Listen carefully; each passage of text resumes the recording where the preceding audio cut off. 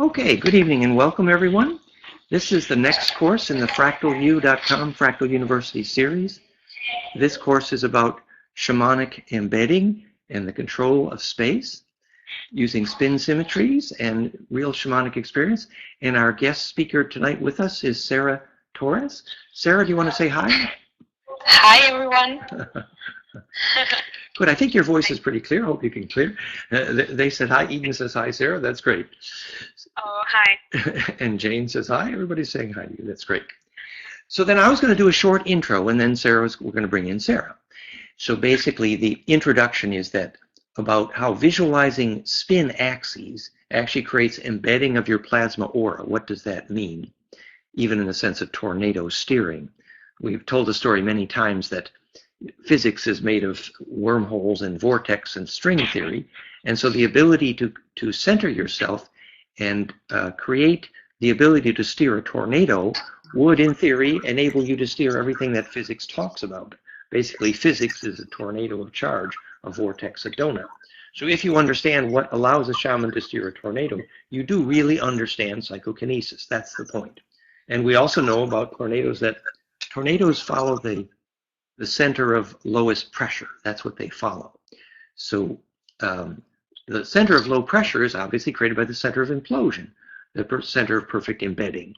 So you can understand that a shaman, if you saw his plasma body, the bioplasmic streamers connect from the shaman to the tornado that he's about to steer, he would say he's eating the hoocha or the anger, feeling the pain of the tornado. He's literally embedding himself as a plasma body into the charge bubble that is the tornado. And as the shaman adds centripetal force, that is what creates the center of lowest pressure, the implosion, perfect embedding, which is perfect compassion. It's both a psychology and a physics. So what we're saying now is that this process of visualizing a sequence of figure eights creates literally a center of gravity, a center of a tornado in your own aura, your bubble of charge, and that then will allow you to more effectively embed in something or someone outside you as well. For example, steering a tornado, or as Sarah will describe, helping another person during a healing session get to their own bliss or healing. Exactly. That's it. And well, if you can, then I would like to show them that image that is in of the eight that is in the website, yes. If you don't mind. Mm-hmm, yes. And yeah, basically, I've been studying a long time all the spirituality terms that Dan has been talking about related with shamans, and also I've been very lucky meeting very amazing people with incredible abilities, and I guess shaman, it's a good word. Sometimes, well, I've been like 2 years working with a Peruvian shaman, and it was very well. It's remarkable the way they speak, for example, in terms of death, or the way they interpret time, for example. And for me, that was something I was trying really to do some technique. I was all time thinking about do some technique to make this teachable, because the thing with shamans is that they speak, they give teachings, but just if you are lucky to meet them. But this is not teachable for people that don't have like the possibility to come to contact somebody like them. So meantime, I discovered this woman from Argentina that is called Alejandra Casado. And this woman was talking about the time apertures. And again, the time aperture. It's like a window in time. I mean, it's very conventional physics that if you change the sampling rate, the blink rate, you actually create a window in time. More events are available to you when you blink faster. So that's a time aperture. So you're actually controlling the sampling rate. But please go ahead, Sarah. Sorry. Yeah, exactly. So These figures that she created this methodology that it's in the that it's I don't know if Dan is showing this image. I have it. Yes. So yeah, I have the image. Yes. And so what she's showing there is basically the way time behaves, and also the way a universe works related with time. And for me, this was really interesting, because it has to do with when you ask yourself, how does a fractal field work, and how does, like Dan says, infinite non-destructive compression work? This has to do with time, and this has to do with time apertures, if you want to understand as well, like the linear way of the way we learn, and the way, let's say,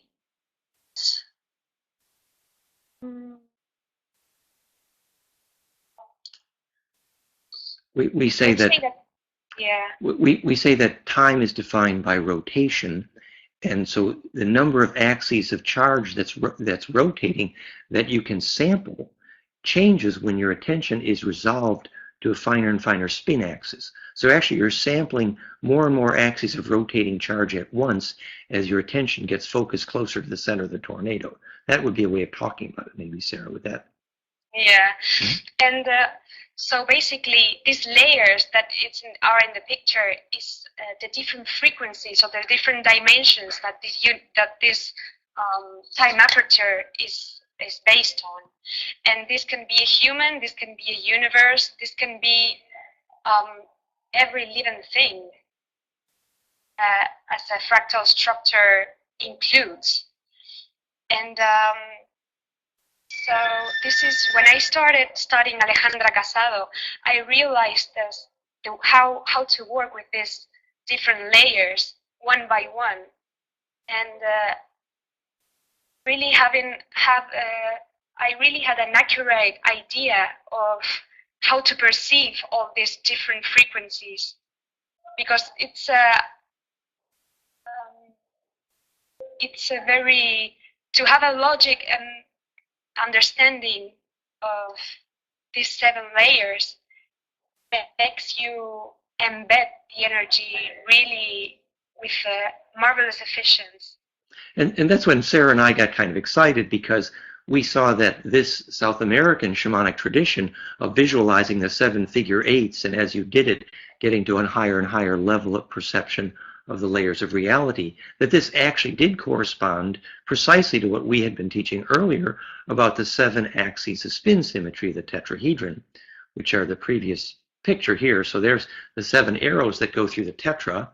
Exactly. And that was the 7 color map on the surface of Taurus. And basically what this says is the plasma, the charged space around your body, you can steer that charge space if you can embed and implode and become centripetal in it. And the way to do that is to nest as many axes of rotation at once to allow you to embed and then literally become the center of gravity of that space. And the maximum number of arrows of centers of axes of symmetry through any structure in the universe is the tetrahedron, more symmetry than any other structure. So by visualizing 7 arrows in space, it's the best way for you to embed in your tetracube of space in general, literally to control that space.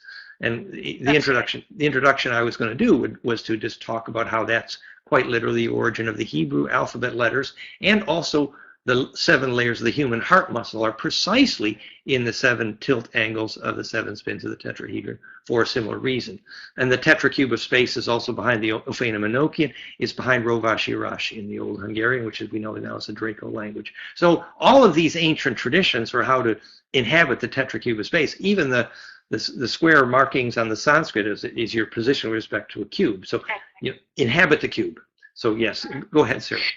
Exactly. So the amazing thing when I start studying with the shamans is that they were talking about death all the time. And if you don't have this natural intuition of what that is about, you get really scared. And they were talking about death. Yeah, they were talking about that you need to die in order to gain inertia. Which has kind of come to this still point or 0 point or the petit mort or something. That's it. So the amazing thing of Alejandra Casado is that she put into a logic system of reference where how to get into the 0 point. And if you can see in that picture, you have the two axes, which will be the X and the Y. Yes, we have that here. And yes. That X that X is 7 different layers, but actually it just means the time aperture with these different with 7 layers. But actually, it means the same. The X means the linear time. It's and that's the way you live the experience. It's only, I don't know if that's understandable. Well, a classic example would be, it's well known that in the moment before death, your whole life flashes before you. That's an example of time compression. Yeah. So but the Y, the X, that axis that means the Y is the one that connects you with the source. If you can see, so you can see this different. The meaning of that axis, the Y-axis, is the one that goes. It's the direct path to the source, and that is the 0 point. That means when you're living your linear experience, when you're in the present, that means 0 point. And the vertical Y-axis here is the only axis that connects all seven spins at once. And so that's where they all can converge into a 0 point. That would make. Exactly. So either way you start working with a shaman or you work with this methodology, you start working with a big understanding about this hygiene, which means working with through the 0 point, doing these exercises like walking in the floor, doing this doing these aids in the floor. That I will explain this. Yeah, we were going to talk about Deborah Sundbeck's Infinity Walk later was an example of that. But yes, go ahead, Sarah. Yeah. And so you can only through the 0 point is when you can really get the pure principle of what reality is about, basically. And that's the understanding of what shareable thoughts are, for example, what a fractal field is really, or non-destructive compression is. That's right. Yeah, and getting to the 0 point is your ultimate point of reference. So, which fits the spiritual metaphor of getting totally still inside. But now we have a pretty specific symmetry practice to get to that still point. Exactly. And that way of dying for the shamans means only to be in the 0, to connect with the 0 point. And that's something that your body needs to remember. That's why it's very well common in people that learn with shamans that they get you in these ceremonies or they make you go through these situations when you have to really got the feeling of what the vacuum is. And what the cohering the vacuum. I mean, it's the conversation we were just having with the electrical engineers, but it's really about still point, and that's kind of where the inner voice and the collective unconscious and the communion of saints and the little inner radio. It's all about that still point. Exactly.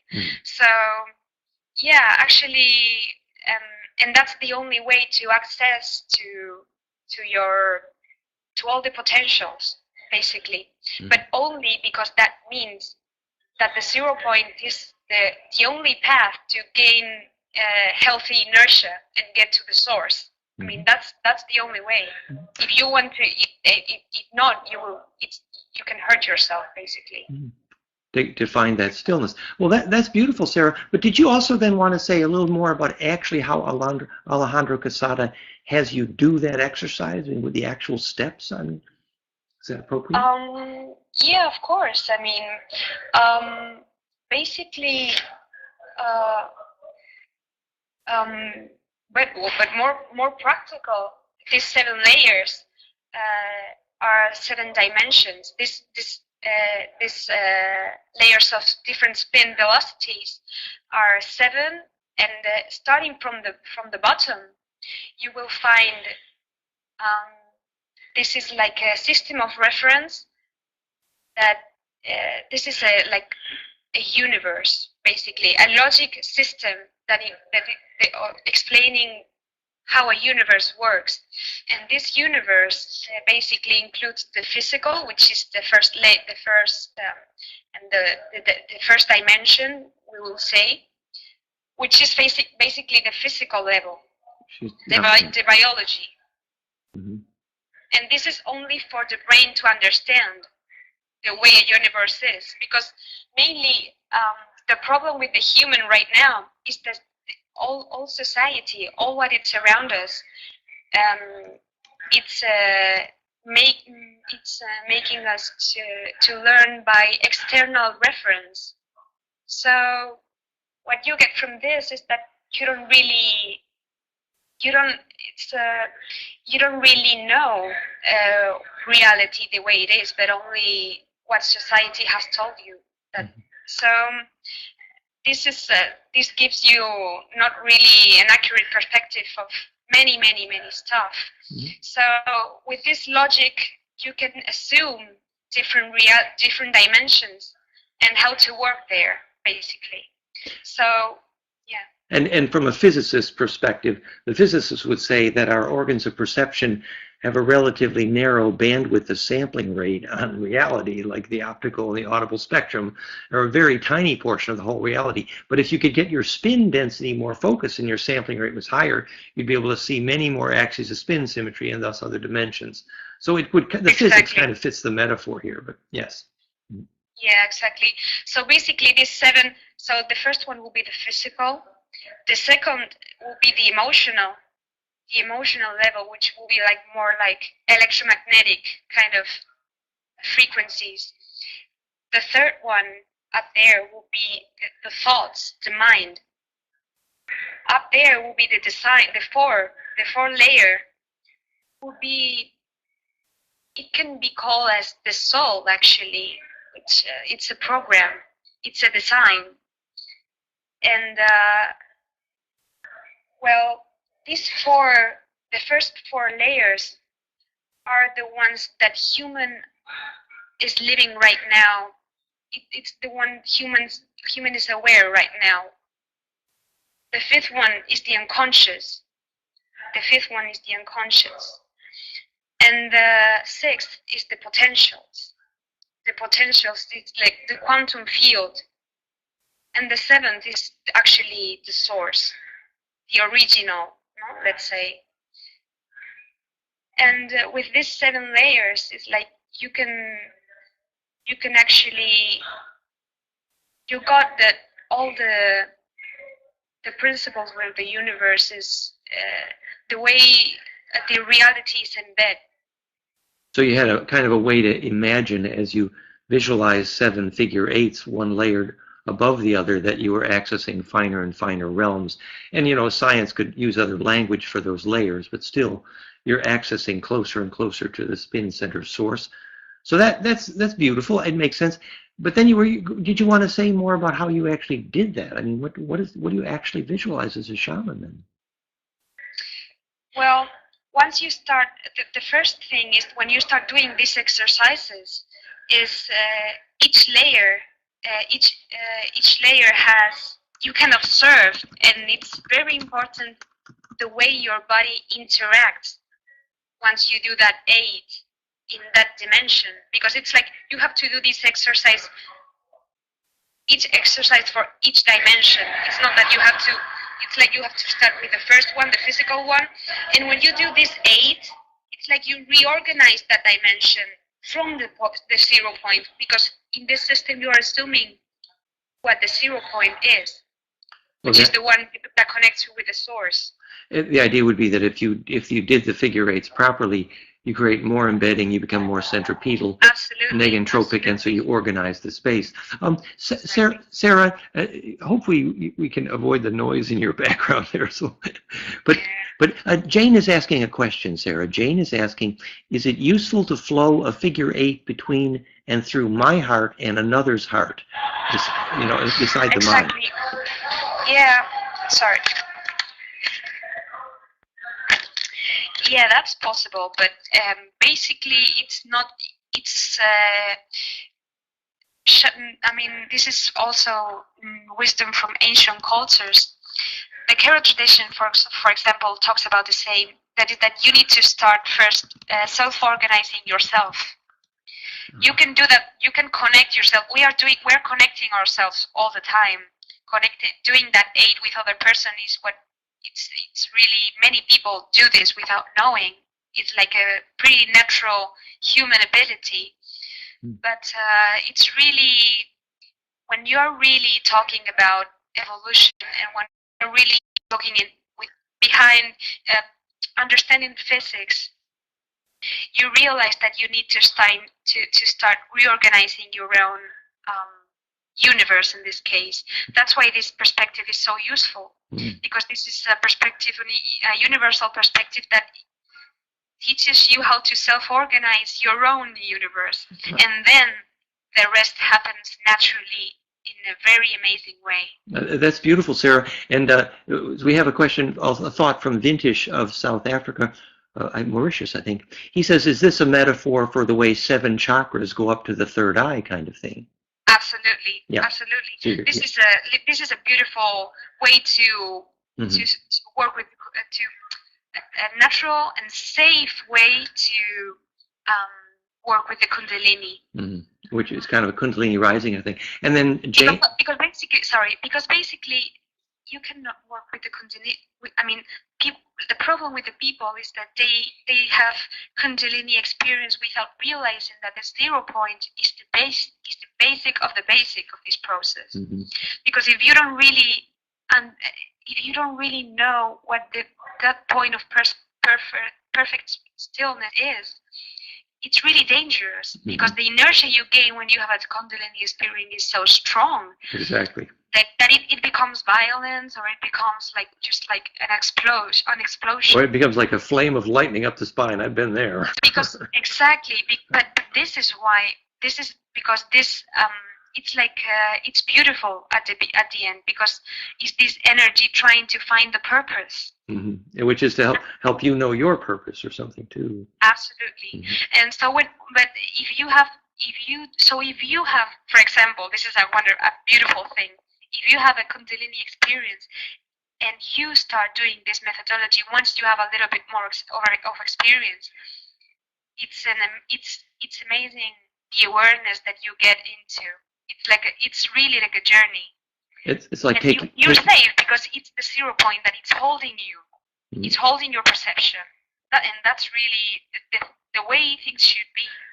It's kind of like taking control of the snake in some way when you can hold the 0 point, because that's. But it's not control. It's that 0 point that lets you do this. And Jane is commenting here, Sarah. She says, what happens if I draw a figure 8 slowly, repeatedly in the air in front of me, drawing with my hands? I'm reminded of people find it very kinesthetically therapeutic to do a finger labyrinth, which is kind of an extended figure 8. There's lots of ways to do the visualization. And absolutely, we're going to talk about the Tai Chi, the Dantian motion later too. So interesting. Absolutely. Yeah, all these things are useful, because basically the figure of the 8, it's a symbol. And it's, I like to, for me, from my perspective, is like the symbols works as an equation in mathematics, basically, for the unconscious, for the human unconscious. Because it means it's a circuit where the energy embeds. So this is what. That's great, Sarah. Dylan is commenting sort of similar to what I said also, Sarah, though. Can Sarah say more about the actual practice? I'm trying to visualize what the actual practice is. Okay, perfect. So let's go. Basically... Are we ready? Yeah. Buckle your seatbelt. Sorry? Buckle your seatbelt. It was a joke. Sorry. Go ahead. Yeah, well, so starting from the bottom of the first layer, which will be the physical, we should understand that you have to start visualizing this and doing this in the floor, okay? Why? The reason is basically because if you do it with your mind at the beginning, it's better if you can ground it. And if you ground it, the best way of grounding things is doing it in the physical level. So it's better to walk. It's better to walk. So the first step is you walk a figure eight on the floor, sort of like infinity. Exactly. Okay. But basically, the way you have to do it is you have to understand the logic behind that. And the logic is that you have to, this eight, so let's do a little exercise. For the people that is listening, basically, you have to close your eyes and think about this eight. You have to visualize it. You know, like very simple, no colors, no just black, white. You know, no, you have to use absolute logic in here. No, you know, no emotions. You know, very, very practical. Very. So, you have to each part of the infinite. You will put in one the past and in the other the future in one side, you know. And you have to decide and you have to feel where the past and the future will be. Normally, it's the past will be in your left and the future in your right, but sometimes some people don't. But sometimes it happens. That you can have your, you know what I mean? It's like you have to visualize this eight, and in one side you have the center, you have one side, the left, and in the other one in the right. Yeah? So one side will be the past, in the center you will have the 0 point, and in the other one you will have the future, right? Mm-hmm. So if you can feel that meaningfully, where the past and the future converge at the center of your eight, it adds inertia.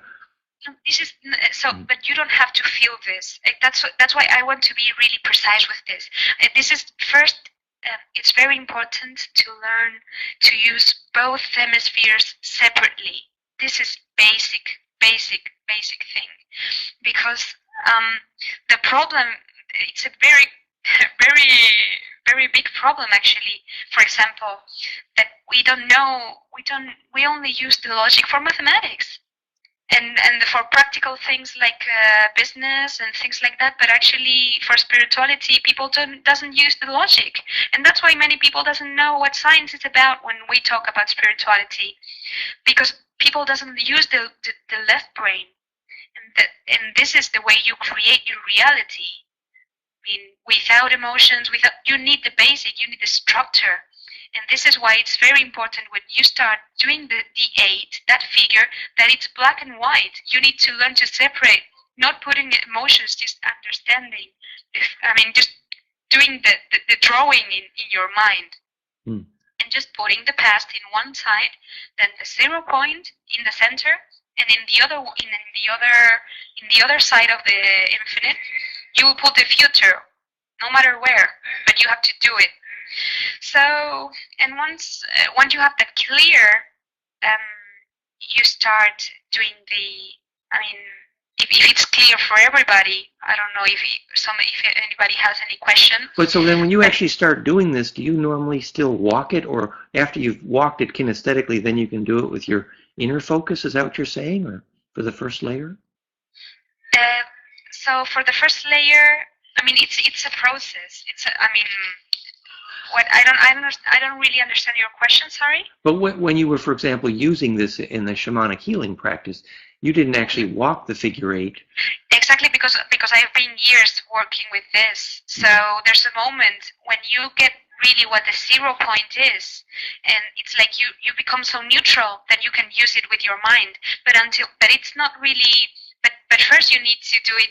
To ground this information. You need to get some experience, like in everything else, and then it's like you can do it with your mind. and the reason is because the mind, it's a different layer. It's faster. But you really did find that when you did this practice, you were able to then embed other people's aura more powerfully as a result. Of course, and with the mind. Mm-hmm. But this is, but it's like you do it in the physical at the beginning, and then you can use your mind. But you need really to understand this. I mean, you understand in a way that like you really need to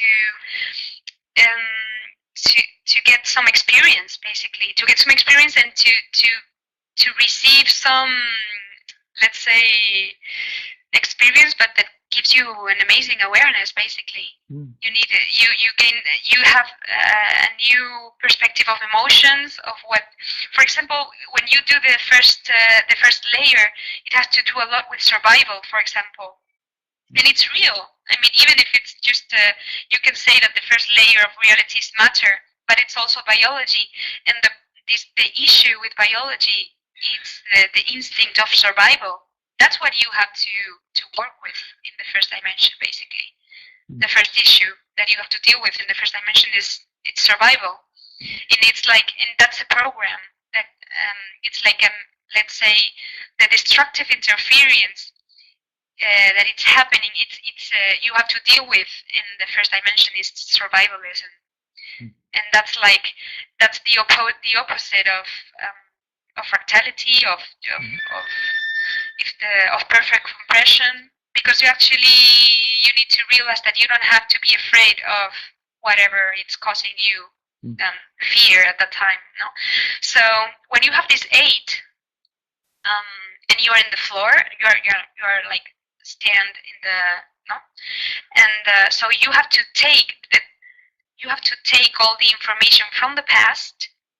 When you're in the center, you have to take all the information from the past, like mentally, you put your hands and you imagine, like you are consciously putting all the things from your maximum past till now, till this precise moment in your hand, and then you walk to the future and you leave it, and it's like you will feel like, and like scanning, like something like vibration in your, when you walk to one side of the 8, you will feel like this scanning, really.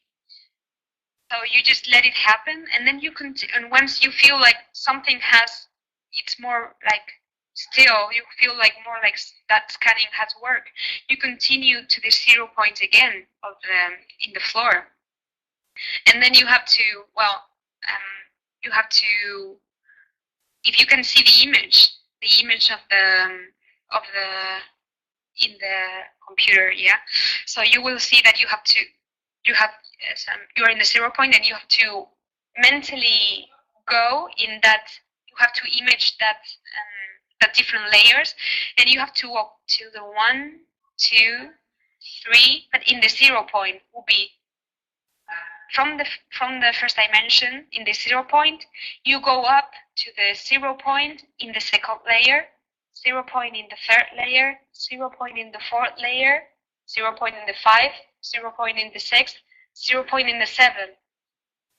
And then you say, this is like the source. You assume that this is your source, and then you go back. Say, this is mental, because you cannot fly for the moment. So it will be like 7, 0 point in the 6, 0 point in the 5, 0 point in the 4, 0 point in the 3, 0 point in the 2, and 0 point in the 1.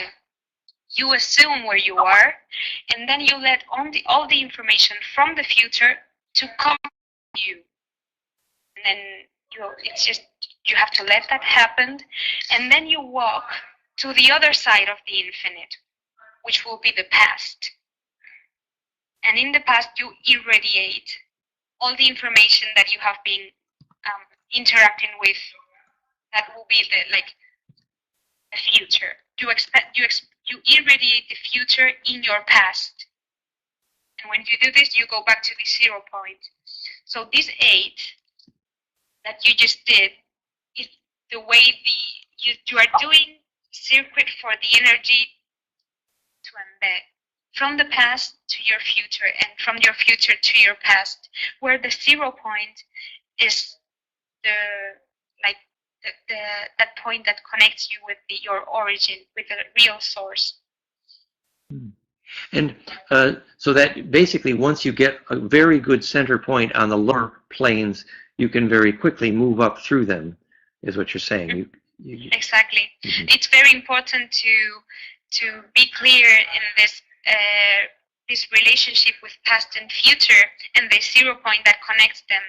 And the way that you get your past and put it in and carry and walking, you carrying and walking to the future and leaving it there, letting the future, because actually the future is where you get the answer of everything. And this is also very ancient. This is ancient wisdom, that all the answers always come from the future.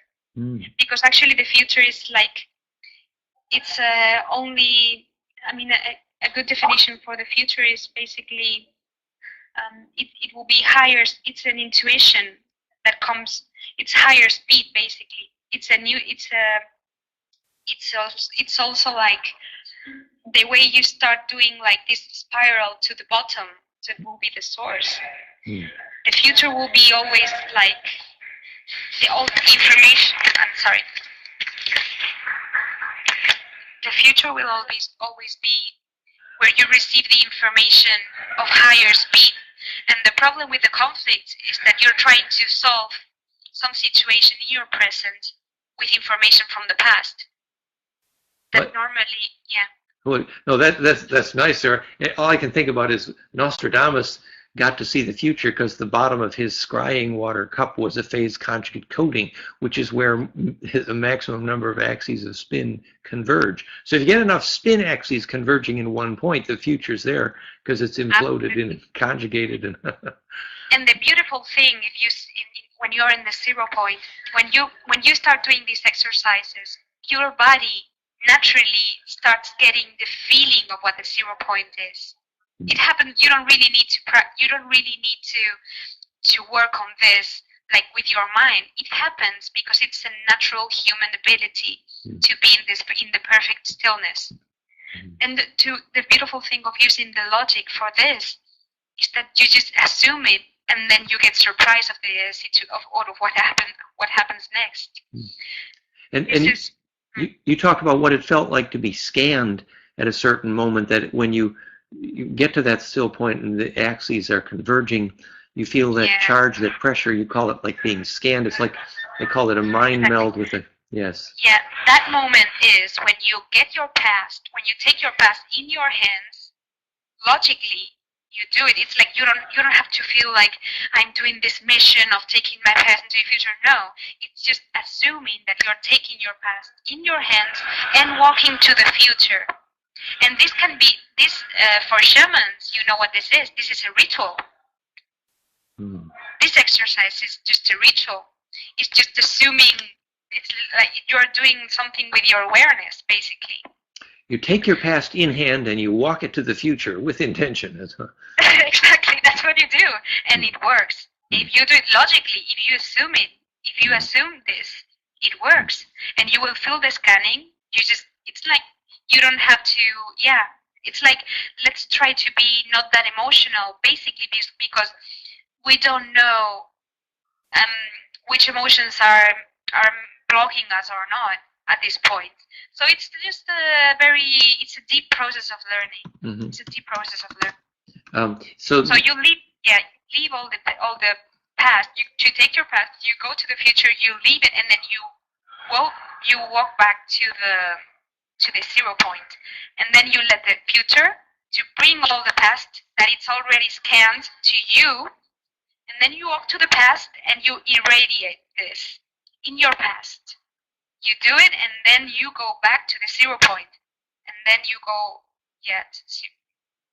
So you're allowing the future then to re-implode your past, so to speak. Oh, yeah, that's what you do. Yeah. Yeah. And then don't forget just to it's very important to work also the axis, the axis Y, you have to do the 0 point, and in the first layer you have to go 1, 2, 3, 4, 5, 6 to the 7, and to the 7 you go to the 0 point in the 6, 5, 3, 4, 3, 2, and 1, because that is like remarking, it's like teaching your neurology that you have to rearrange yourself with the source, with the path of the source. And that's an axis. It's the easiest way of doing this is with an axis, basically. It's like inviting your future incarnations to have input to your past or something. Yeah, basically. And with this logic, the energy embeds naturally. It's like you don't really have to worry about using the energy for this or that, because basically this is a narrow perspective. I mean, this is, if you really want to learn what non-destructive compression is, you need to forget about trying to do it by yourself, because we don't, I mean, because in society we haven't been taught to do this. And that's the first thing we have to assume. This is a frontier, and this is the first step to learn, basically. Which is to take control of your life as a tornado and understand the relationship of past to future. The convergence point is when you focus the tornado or something. Exactly. Sarah, Mark was asking, do we have, or are we going to have more of the step-by-step process of doing this written out somewhere on the website, for example, or? Yeah, I would like to give this small. I will give small videos with each axis, basically, like 10 minutes or something. That will show. It will be 7 videos. Videos. Well, and there it will be explained how to do it. It will be like just what it's like a guide, no? Like a guide. Yeah. Of how to do it. Yeah. And to make this more clear or sort of convincing, did you want to tell the story at this point of how you used this practically in Carlos's clinic and you actually helped people, or you using this, or is that? Yeah. Are we at that point in the conversation? Yeah. Basically, what happened is I was doing those exercises for myself, and I started. There was a moment when I started applying this for people that was getting into in deep states of crisis. No, they were getting during the therapy they were getting really for personal reasons they were freaking out. So I just naturally decide to apply this for them because once you get this again with the 0 point, when you really get that feeling of 0 point of stillness, you become very neutral. Sorry. Yeah, the perfect neutral point is clearly the point from which the tornado can be steered. It makes total sense, which means almost dispassionate, but in a way of seeing it from a deep perspective or something. No, and basically this perspective is to use only the logic, because it's once you know that this connects you with the origin, with the source, you just let things happen, and having this logic behind, of course. So I start applying this, and because I already know the feeling of the different layers, the different dimensions, and how it feels to be coherent there.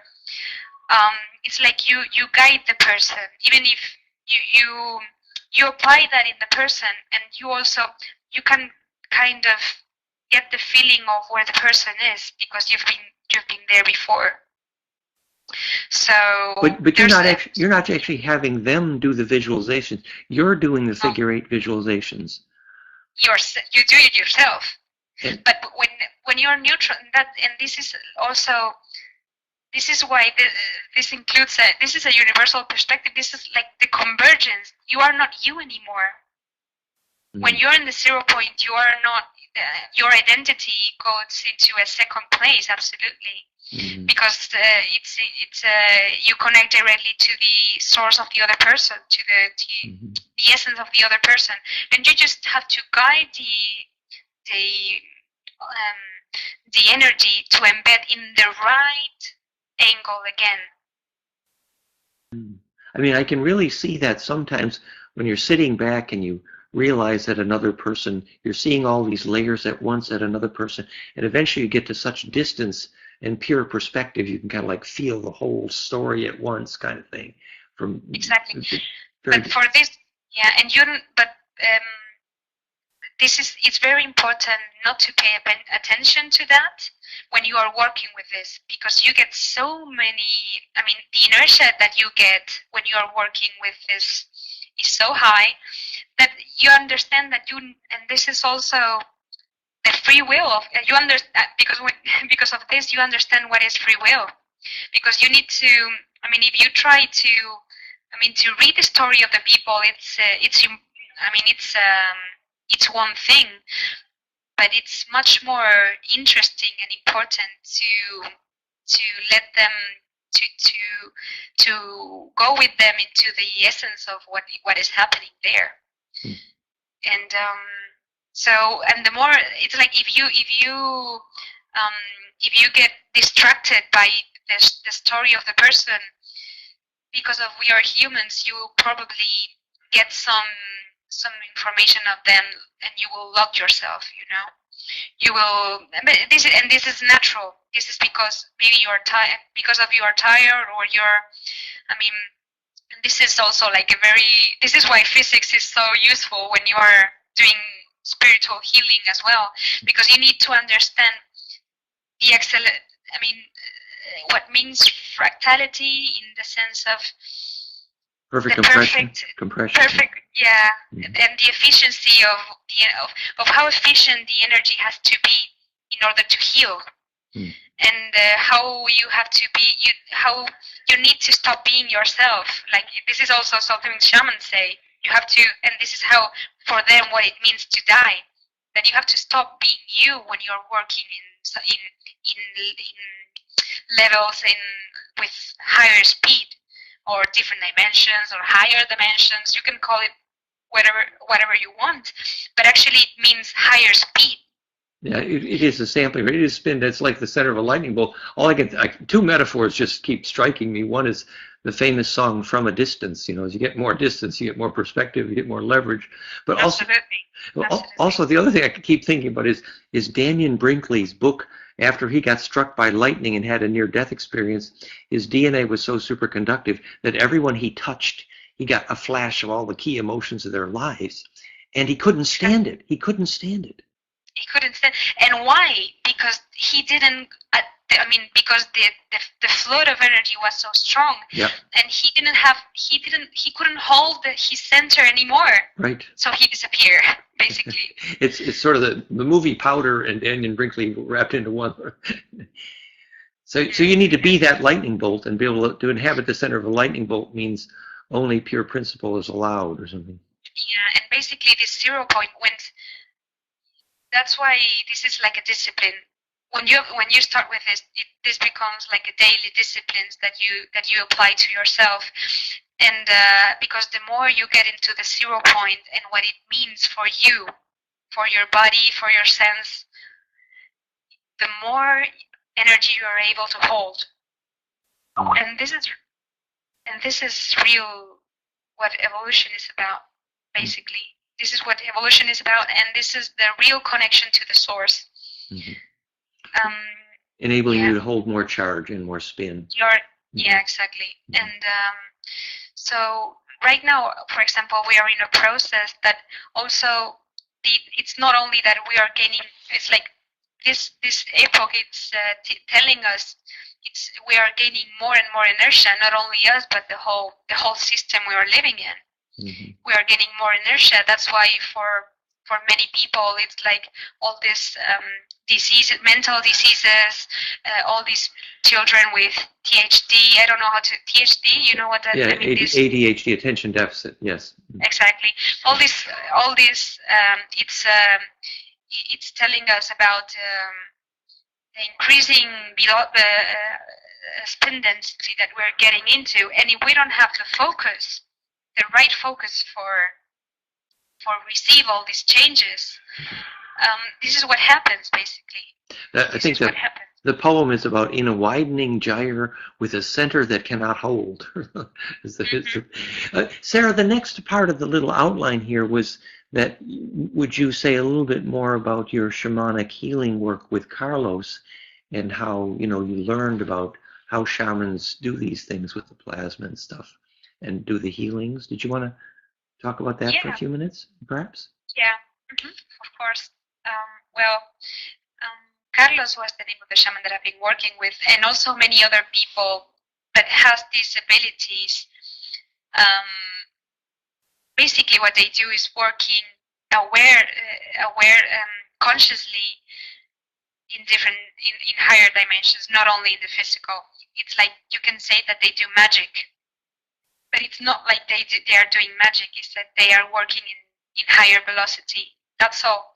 And also the fact that for that, if they want to continue alive, they want to develop this skill that has to do with impeccability. Yeah, impeccability. No, that's. Can you translate also a little bit more in terms of the practical, what Carlos does every day with you, and that? Sort of? Well, it's basically the wonderful thing is that this has to do with the methodology. I mean, the only thing that is like it's not. Well, it's very. At the same time, it's very hard to work with a shaman. Basically, it's very hard because they kind of. I don't know if my experience is that they become very, very destructive, very hard. They are hard people because in Occidental world we are very. I mean, we think a lot and we are not practical at all. For example, shamans, like people in ancient traditions, they start working on man when they are kids. And that gives them a lot of grounded perspective that we are not. So if you are not really, you have to be really open to work with a shaman because he will change a lot of things in the basis of your understanding. And you would say that he actually does see the entities, though. He sees the. Yeah, he sees the entities. Of course, that's what it means to work in higher dimensions, in higher levels. He can observe. He has the ability to observe from the 0 point, not only the physical but the emotions, which will be like colors or the aura and the trees, the photosynthesis. It's amazing how a shaman explains the way photosynthesis works. It's beautiful because he relates. He can say that's the way, like the way plants. I mean, he relates photosynthesis with implosion, with the way human regenerates. Oh, they know about all this. Yeah, that's beautiful because we just worked out the new equation to prove that the exact two frequencies of the color that make photosynthesis are pure phase conjugate golden ratio down to Planck dimension, meaning that the yellow and blue that causes photosynthesis, or the orange and blue, that actually it's a conjugate implosive process, and the reason it spits out green is because that's opposite to conjugate as the photon 90 degree.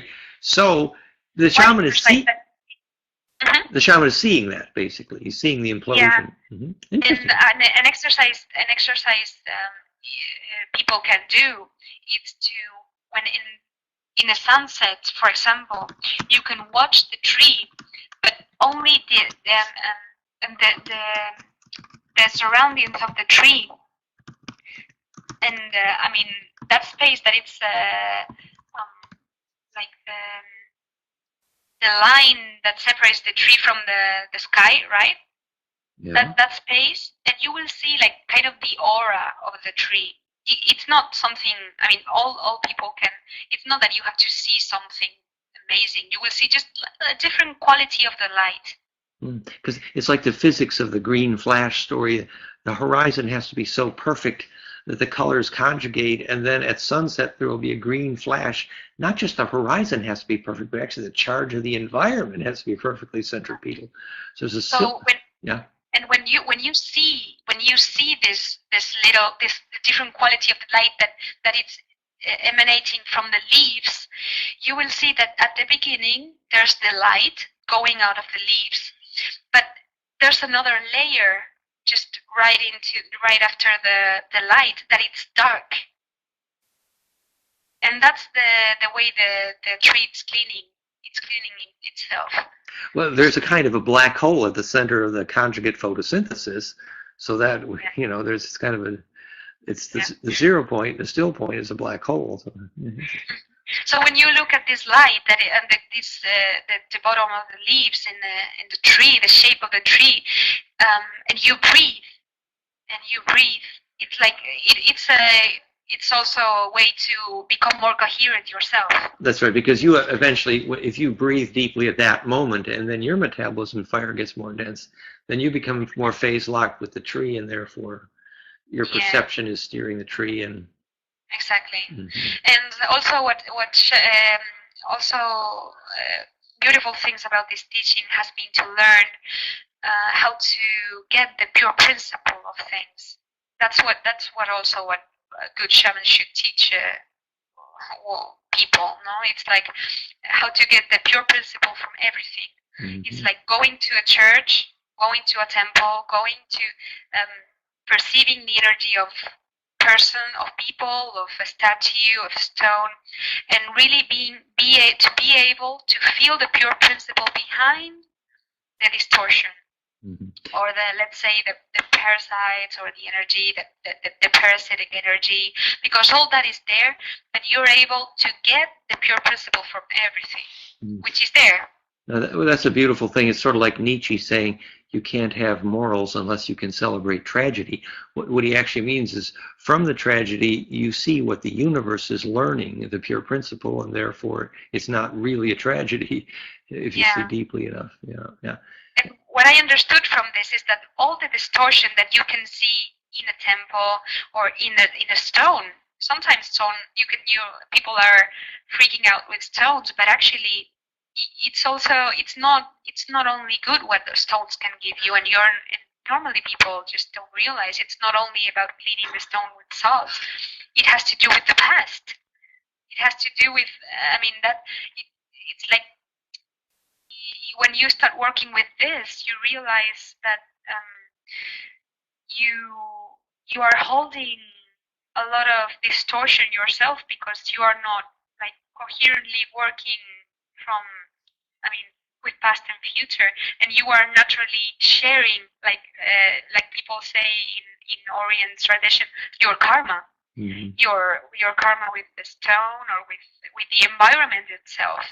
That's why when you are and you really need to gain some discernment in this, and this is what shamans teaches you to gain this, to be able to perceive the pure principle behind and not get infected by the rest, which has to do with your past, with your personal life, and many lives behind, obviously. In a way, it's like asking, what would the communion of saints, or what would the collective unconscious need to learn from this situation, the higher view? Exactly. And this is also shamans and now people that understand this convergence of past and future. This is the perfect methodology and process for learning how to die. Because to die also has to do with to give all your past to your future, to become coherent. Because the reason why we are coming back life after life is because we need to torsionate the field that we are living in order to gain more coherence, to project yourself with more inertia, in order to go back to the source with all the information that we got. To take all your memory with you. And a torsion, it means to phase conjugate or implode. So basically, to implode your past into your future is... you don't do that until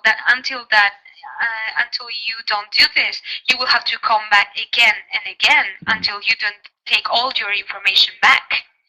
That's interesting. And if we looked at the sequence of geometries people see at the moment of death, Clouvet form constants, and indeed, it was you were quite literally the braid symmetry or DNA recursively geometrically imploding. And if you got it all compressed well, then you could take all the memory with you, and therefore, you're saying would not need to come back. Exactly, that's it. So I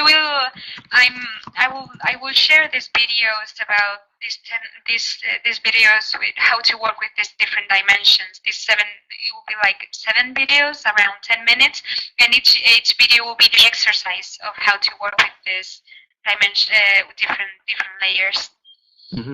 So we're promising to do this course preps at another level in about 2 months, and by that time you would have more of those. I want to thank to the people because this is my first course and also in English, which is not my native language. I really appreciate the patience that you have had with me, and I really, they are the people to follow this because this is something is growing. It's growing and it's getting beautiful and bigger. So yeah. Well, Sarah is our token shaman here. We're helping her go through the shamanic process because it is something that maybe I don't have much of the skills to do either. So I really enjoy hearing Sarah's stories myself. Jane is saying, gratitude, you're inspiring. I also think that Sarah's accent is kind of gorgeous. I mean, it's really... Well, I'm trying. well, that's good. So then the next thing in the outline for the course this evening was I was going to describe other examples of people using this kind of 7-spin process. And maybe we'll do some of that here. So our friend Ananda Bosman in Norway, he calls it the trinitization of the light body. And there are actual witnesses who claim they've seen him disappear. I mean, literally disappear in the process. And what he started with was our friend Lou de Bourbon. We had made a film together about a certain kind of Tai Chi called Caressing the Facets of the Diamond. And basically, and this is a figure 8 exercise, which I think is a bit of an intro to what Sarah's talking about here. And I have this on the next slide here. That this is Lou de Bourbon on top. He's getting older now, and you see this little figure 8 here. Well, what Lou, and you see the diamond, the octahedron here. But what Lou actually showed was that if he, and maybe I can do this on the camera here, but he would actually take his dantian, his belly button down here, and he would move the dantian, the kind of the belly button. There's actually, I think is it 3 fingers below. And he would move that in a figure 8.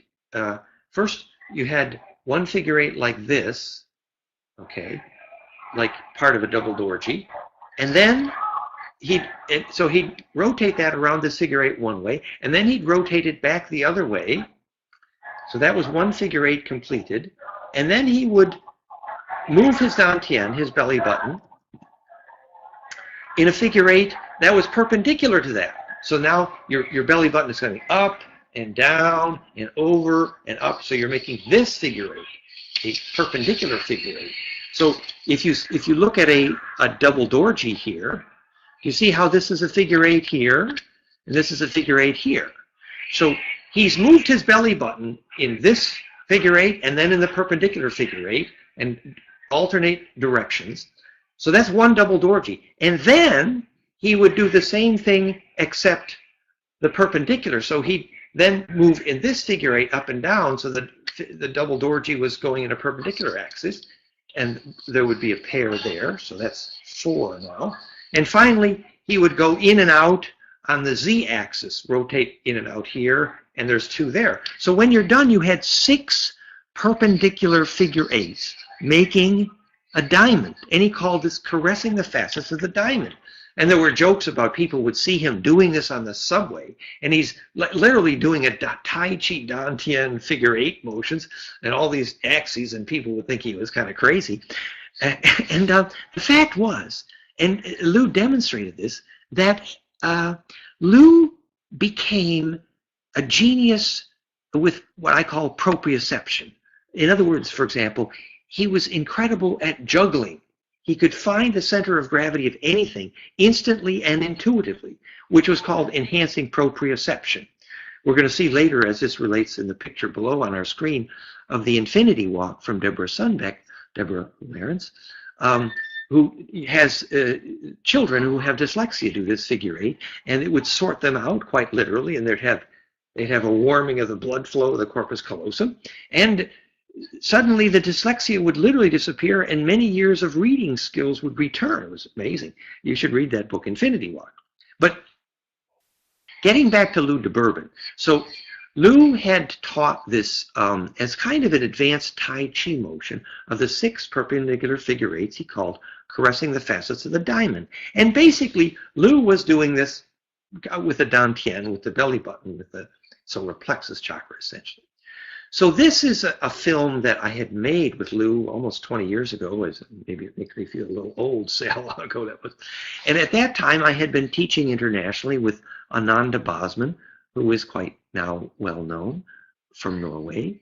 And his current website is anandabosman.com. And he calls this Diamond Body Lotus Training. And what Ananda did was he took this to another level. This is why he calls it trinitization of the light body, because he did this same motion with the dantian, but then he would have people do the same thing with their heart chakra. And I tried this, and it's actually quite powerful. So if you make 6 perpendicular figure 8s, first I'm making this one on this axis, and now I'm making this one. I'm going up and down and down and up. Now I go back the other way around that figure 8. So now I'm doing this with my heart chakra, and I make 1, 2, 3, 4, 5, 6 figure 8s with my heart chakra. And then, there's breathing that goes with this. And then Ananda had people do this with their crown chakra. Now I tried this with my crown chakra, and I have to say, here I'll just do a little bit of it. So here's a figure 8 with your crown chakra, right? You ever tried to draw a figure 8 with your crown chakra? I will tell you, it drives me crazy. I mean, my crown chakra is burning like heck all the time. I have all this kundalini on it. And so when I did this with my crown chakra, it was too much for me, actually. In fact, even now, just a little bit of it So the point was that Ananda taught people to do this quite rapidly and powerfully with these 3 centers, the trinitization, crown chakra, heart chakra, and the solar plexus. And there are all kinds of reports in the literature supposedly of strange things happening, including there are people that claim they have witnessed Ananda on stage doing this, actually disappearing. And where we teach in Italy, that in Torino, Ananda teaches there as well. And we taught with him in Stockholm and in Amsterdam. Point being that this is another example of using the figure 8 motions, but in this case, it's quite literally a figure 8 motion to create implosive coherence. And again, when Lou found ability to juggle, called proprioception, increased dramatically, literally find a center of gravity instantly of anything inside you or outside you, because you had done this Tai Chi dantian, caressing the facets of the diamond, proprioception increase. You can see the power of this, again, nesting the figure 8s.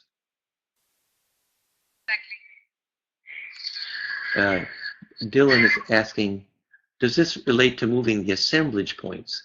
It is interesting. Castaneda had what he called the assemblage point, which is sort of the point where you customarily identify with the center of the tornado in your own aura. For example, in my case, perhaps a bit stuck in the head, but I think my assemblage point is pretty high up in my body. But where they say women often have a lower center of gravity. And so, yes, I do think this relates to the concept of rotating the assemblage points. And yeah, actually, it has to do all with these assemblage points. This is because this is what you need to move in the lower frequencies, in your lower ways of perceiving, which is actually what you can the lower dimensions. It's critical to do this in order to continue increasing your perception. Yeah, it is about increasing your perception, and the assemblage point concept refers not just to the center of gravity of your aura, but then the center of gravity of what is conceptually important to you. So it's the center of gravity of your priorities as well. Exactly, and not only this, but you will be able to connect with the center of gravity. For example, suddenly you can naturally perceive the center of gravity of the Earth with a completely different perspective. Yeah, over the sun or whatever, any other gravity, any other bigger field. To get to the center of gravity of anything. Those noises behind you, Sarah, are quite colorful. Yeah, I know. It's okay. But this is a very important concept about being able to locate the center of gravity. In fact, and therefore, in order to be at the center of power, whether it's the book Earthing is so famous about, getting grounded barefoot in the stone in the soil. The access to ground is access to a fractal, both for electricians and psychologists, and that actually immune system health depends on this grounding process, which is related to finding the perfect center of charge distribution, called fractal, and that perfect charge distribution defines access to ground because it's the place where all charge can go. But more than that, it means that you provides a point of reference for all of your inner charge with the outer charge. So being ungrounded psychologically is related directly to being ungrounded physically, which means, if your sneakers have very thick rubber soles, then you can never get in touch with ground. So there's a very important health consequences too. And this relates deeply to the Sufi practice that, before you do the Sufi dervish spin, in which you're going to prove to the master that you have pure intention by not getting dizzy as you spin, and because you can locate the center of gravity, the pure perspective, the pure intention, the shareable wave at the center of the lightning bolt, and therefore you will remain there while you spin. So perfect embedding is the Sufi dervish turn, and there's articles about the physics on that. But I actually did this with a Sufi master. Actually, it was Pierre Elliott, the Gurdjieff School in Claymont.org, where we were taught the dervish turning. And the preparation step was that as you breathe, you need to be able to follow your center of attention from your center of gravity down through your feet into the Earth's center of gravity. And if you could track your attention there, and obviously being grounded, like having shoes that allowed electrical contact with ground, is very helpful in giving you balance. The children in the movie Medicine Man, who had such amazing center of balance, they were barefoot all the time. But if your attention could go down to the center of the Earth, obviously then you're adding centripetal force to the Earth. And this gives you more leverage. So, Sarah is right. That's the metaphor. Yeah, in fact, this is like a vertical axis that has to do with grounding and also getting into the source. It's the same axis. Yeah. The same vertical axis that has to connect you. It's like this direct path that Asian cultures also speak about. And related again with this assemblage points, what happens is why shamans has to move this assemblage point is because normally it has to do with a non-solved conflict that a person has, so the perception is locked. A non-soul? I'm sorry, non-soul? Non-solved. It's an unresolved conflict that has not been resolved. Hasn't been resolved. I see, unresolved conflict. I see, understood. Yes. Exactly. Yes. So what happens is that the shaman normally has to move your attention out of there with a critical situation where you get completely stunned by,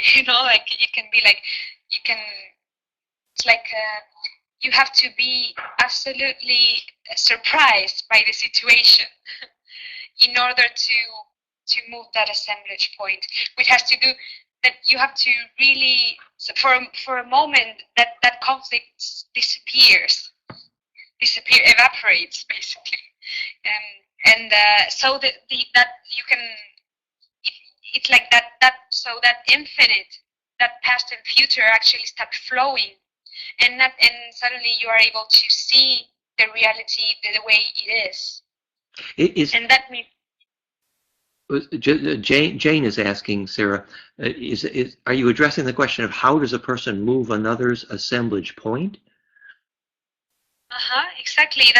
I mean, this is you can do it by yourself with a methodology in a safe way, or also the way the shaman does, and the shamans do it for you, is normally a little bit tough. It has to be like this, because we don't let that happen naturally, because we don't have we don't have really let's say the awareness to do this by yourself, because we are identified with this conflict, with this crystallized information that it's locked inside of our perception, in our focus. So you're saying we are watching the scene with this lock, with this like, let's say it can be called as it's something that it's like in physics it's called destructive interference. It's or also it's like it's sucking. It's the circuit is not doesn't work efficient, because there's a process in the past that is locking the flux. So getting more relaxed and seeing the deeper picture or something. But are you saying then the shaman actually does something shocking or surprising, or? Does something shocking in order to get you out of the conflict straight away. Mm-hmm. It's like it moves you into a different state of awareness.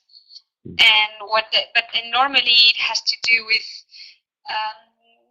or touching some points in the body that has to do. It's like this has to do with the chakras and the way the body as a universe has these different layers physically. Like, for example, the heart is like they say the fourth chakra, or the third is like the two is the sexual organ. All these glandules that represent the chakras also has to do with the frequencies, which the dimensions are the different velocities. It's like our body, you can perceive, if you connect, for example, with the frequency that your second chakra is irradiating, you will naturally start feeling what you can perceive the world differently. Is this similar to a Tai Chi master that is said to be able to walk up to you and then push you over without touching you with his aura or something? Basically. So when the shaman does this, it unlocks something straight away, and you suddenly can see things differently. But it's because it's unblocking the flux of energy, and so your perception changes. It's also, you can use also plants or these kind of things, but normally nowadays, many shamans does not use it. It depends, and also with the methodology, you do it naturally. And Jane is asking, Sarah, is there an optimal location for the assemblage point to be? It can be. It depends. It depends on the. It can be. I mean, this shaman. What I know is it's in the arms, but in the back. Really? In the back, in the, how do you say, the shoulders? In the back of the shoulders. At the close to the shoulders, in the back. There's 2 points that has to do with this. But actually, what the methodology shows is that each chakra has you have to move the perception not only from each chakra, or each department that govern it's steering that frequency, no, that the chakra is emanating, that has to do, for example, the fourth chakra has to do with the heart. So I guess I would say that there's some points also in the heart that you can move in order to access to a different dimension, from a different perception of that frequency, right? You can perceive reality differently when you press some points closer to the heart, closer to the, and also will be the same with the sexual organs, or with the sixth, the third eye. Each because it's because this is, you can from each dimension you can observe a complete different reality.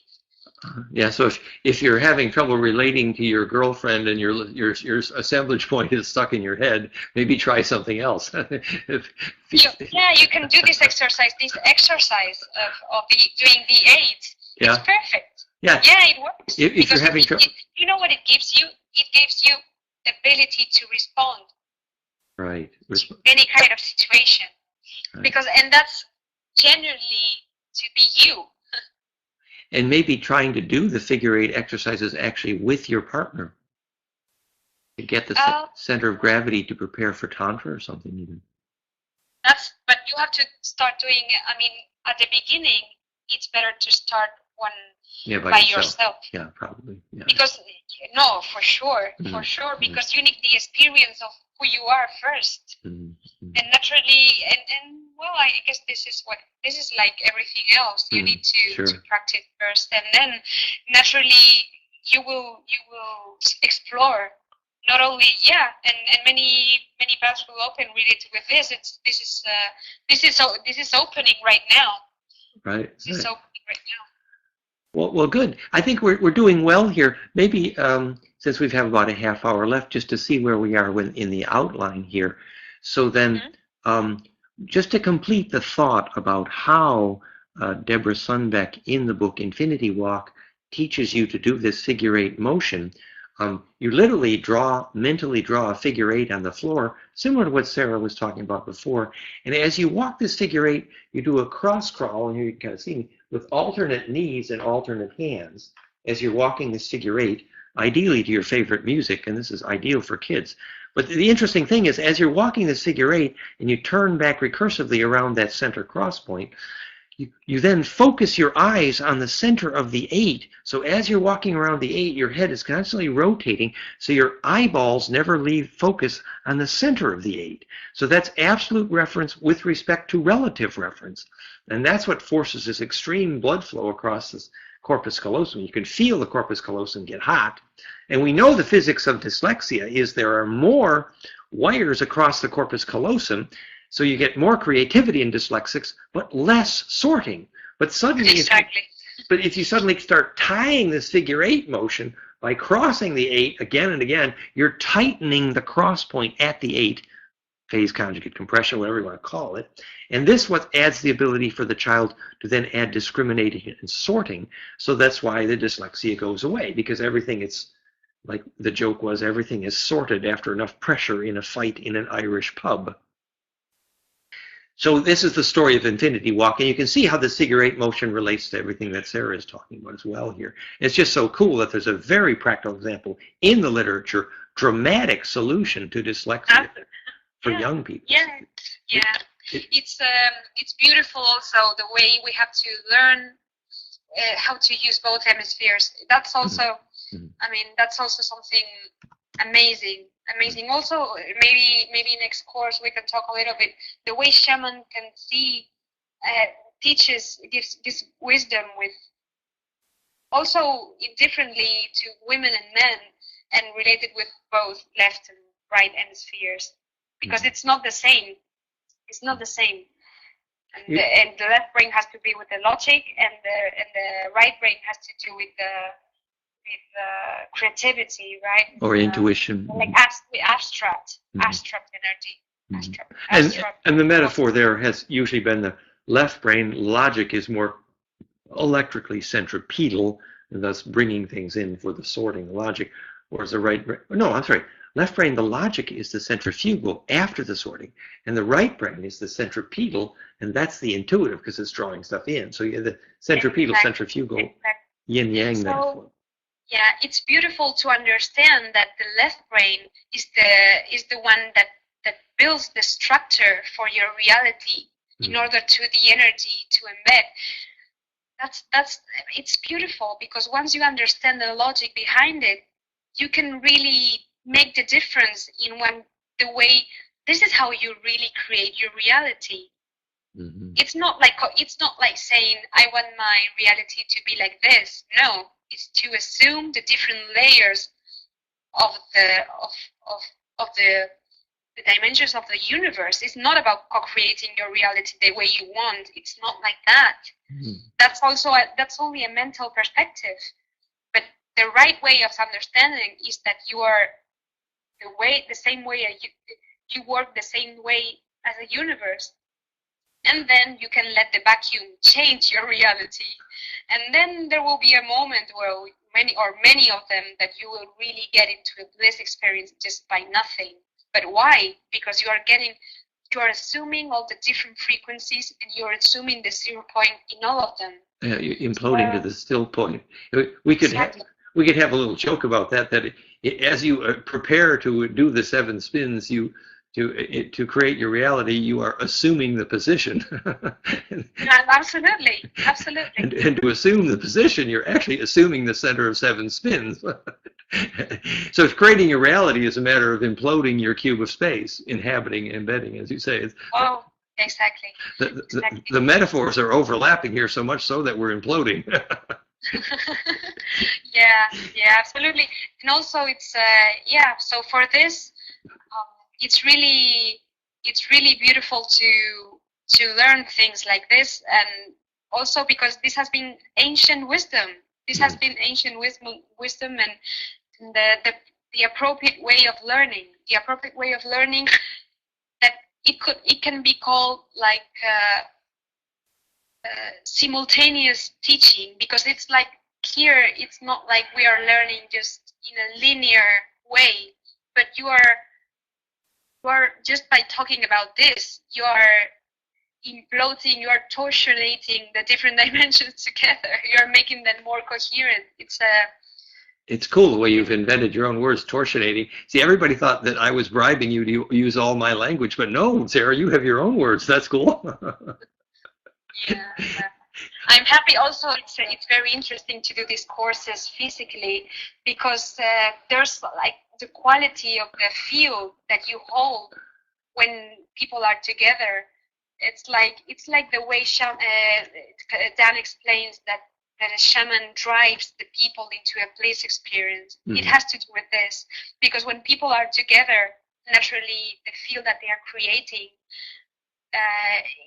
with this work you can teach your body and all your senses to follow this logic, and naturally you have a clear vision of what the universe is, and this gets naturally into a bliss experience, because there's nothing more beautiful than this. And to just do the logic for those who want the physics. When we when we talk about torsion field, torsion is the Russian term for scalar, which actually is usually in physics called a longitudinal wave component of the EMF, and that's the component of the electromagnetic wave that is accelerated and is superluminal and goes through about anything. Sort of good introduction to collective unconscious and the mind of God. And literally, phase conjugation is how you produce the longitudinal component, where the transverse up and down wave translates a vorticity down the screw, the helix, the phase conjugate, and that's what turns the up and down transverse electromagnetic into the longitudinal, which is horizontal compressional, and it's that longitudinal wave that does all the everywhere at once kind of magic, which is a perfect introduction to all these spiritual ideas. It's more than metaphor. And Sarah, then sort of last on our little outline for you here was, would Sarah like to talk a little bit about her shamanic healing of houses, house whispering, and how you got into a commercial aspect of your shamanic practice in real estate? Did you want to tell that story a little bit? Or? Well, this is also starting like a few months ago, and it's this is all about, again, this is once you get this universal perspective, you can apply this to anything. And the houses is it's a critical aspect in human life. And once you, but this needs to go a little bit deeper in the principle of what the different dimensions, the different layers are about. Maybe we can, I mean, but basically the house can be reorganized following this perspective. And for example, the physical, in these 7 layers that I already talked before, you can just, following this, you can apply the materials, which will be like pretty much by architecture point of view. You can use the right materials in order to follow more coherent, biologic materials, etc. Yeah, biologic materials and also emotions, like following, taking care of magnetic, the electrosmog and all these. The geopathic zones and things, yeah. Yeah, mm-hmm. Yeah. And each layer can be, you can help, once you know the different dimensions and how to work there, it's really easy to find, to help, to provide elements that will combine and make a house more self-organized, mm-hmm. basically. More grounded. But were you actually dealing with ghosts in that process as well? Yeah, and but the good thing about this is that when you apply this perspective, the problem, the thing with ghosts is that they have to do energy that it's magnetically. You can speak about ghosts like energy that is stuck and has forgot. Mm-hmm. Stuck, yes, stuck, yeah. And that doesn't. I mean, because they are not in the physical anymore. They don't have the chakras. And what are the chakras? The chakras is the motors, like the reactors that provides human to go into bliss and to connect with source.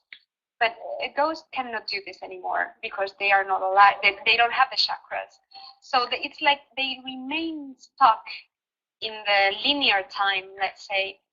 So what happened with this is that, and this in the house, because we don't have the knowledge of what an altar is, or to create centripetal forces in the house that can help humans there to implode the energy. So these frequencies, you can call it ghost, you can call it, and many other things that doesn't have to do with ghost, which basically means energy that is stuck and it's looking for a way to go back.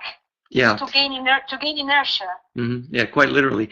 We worked with a lady named Marcia Andriola, who was teaching what was called multidimensional cellular healing, very famously with a guy named Ken Page, who had done a lot of work with Drunvalo and also at Montauk. And they were using muscle twitches to talk to ghosts in bodies. And but the thing, I used to always joke with them about, well, you're a kick-butt ghostbuster. And they would always respond, no. That if you want to persuade a ghost to move, you need to love, and you need to embed, and you need to feel the pain of, and basically you need to give them a place in which to gain the inertia of compression to be accelerated. But the thing is that nowadays, you don't have time for that.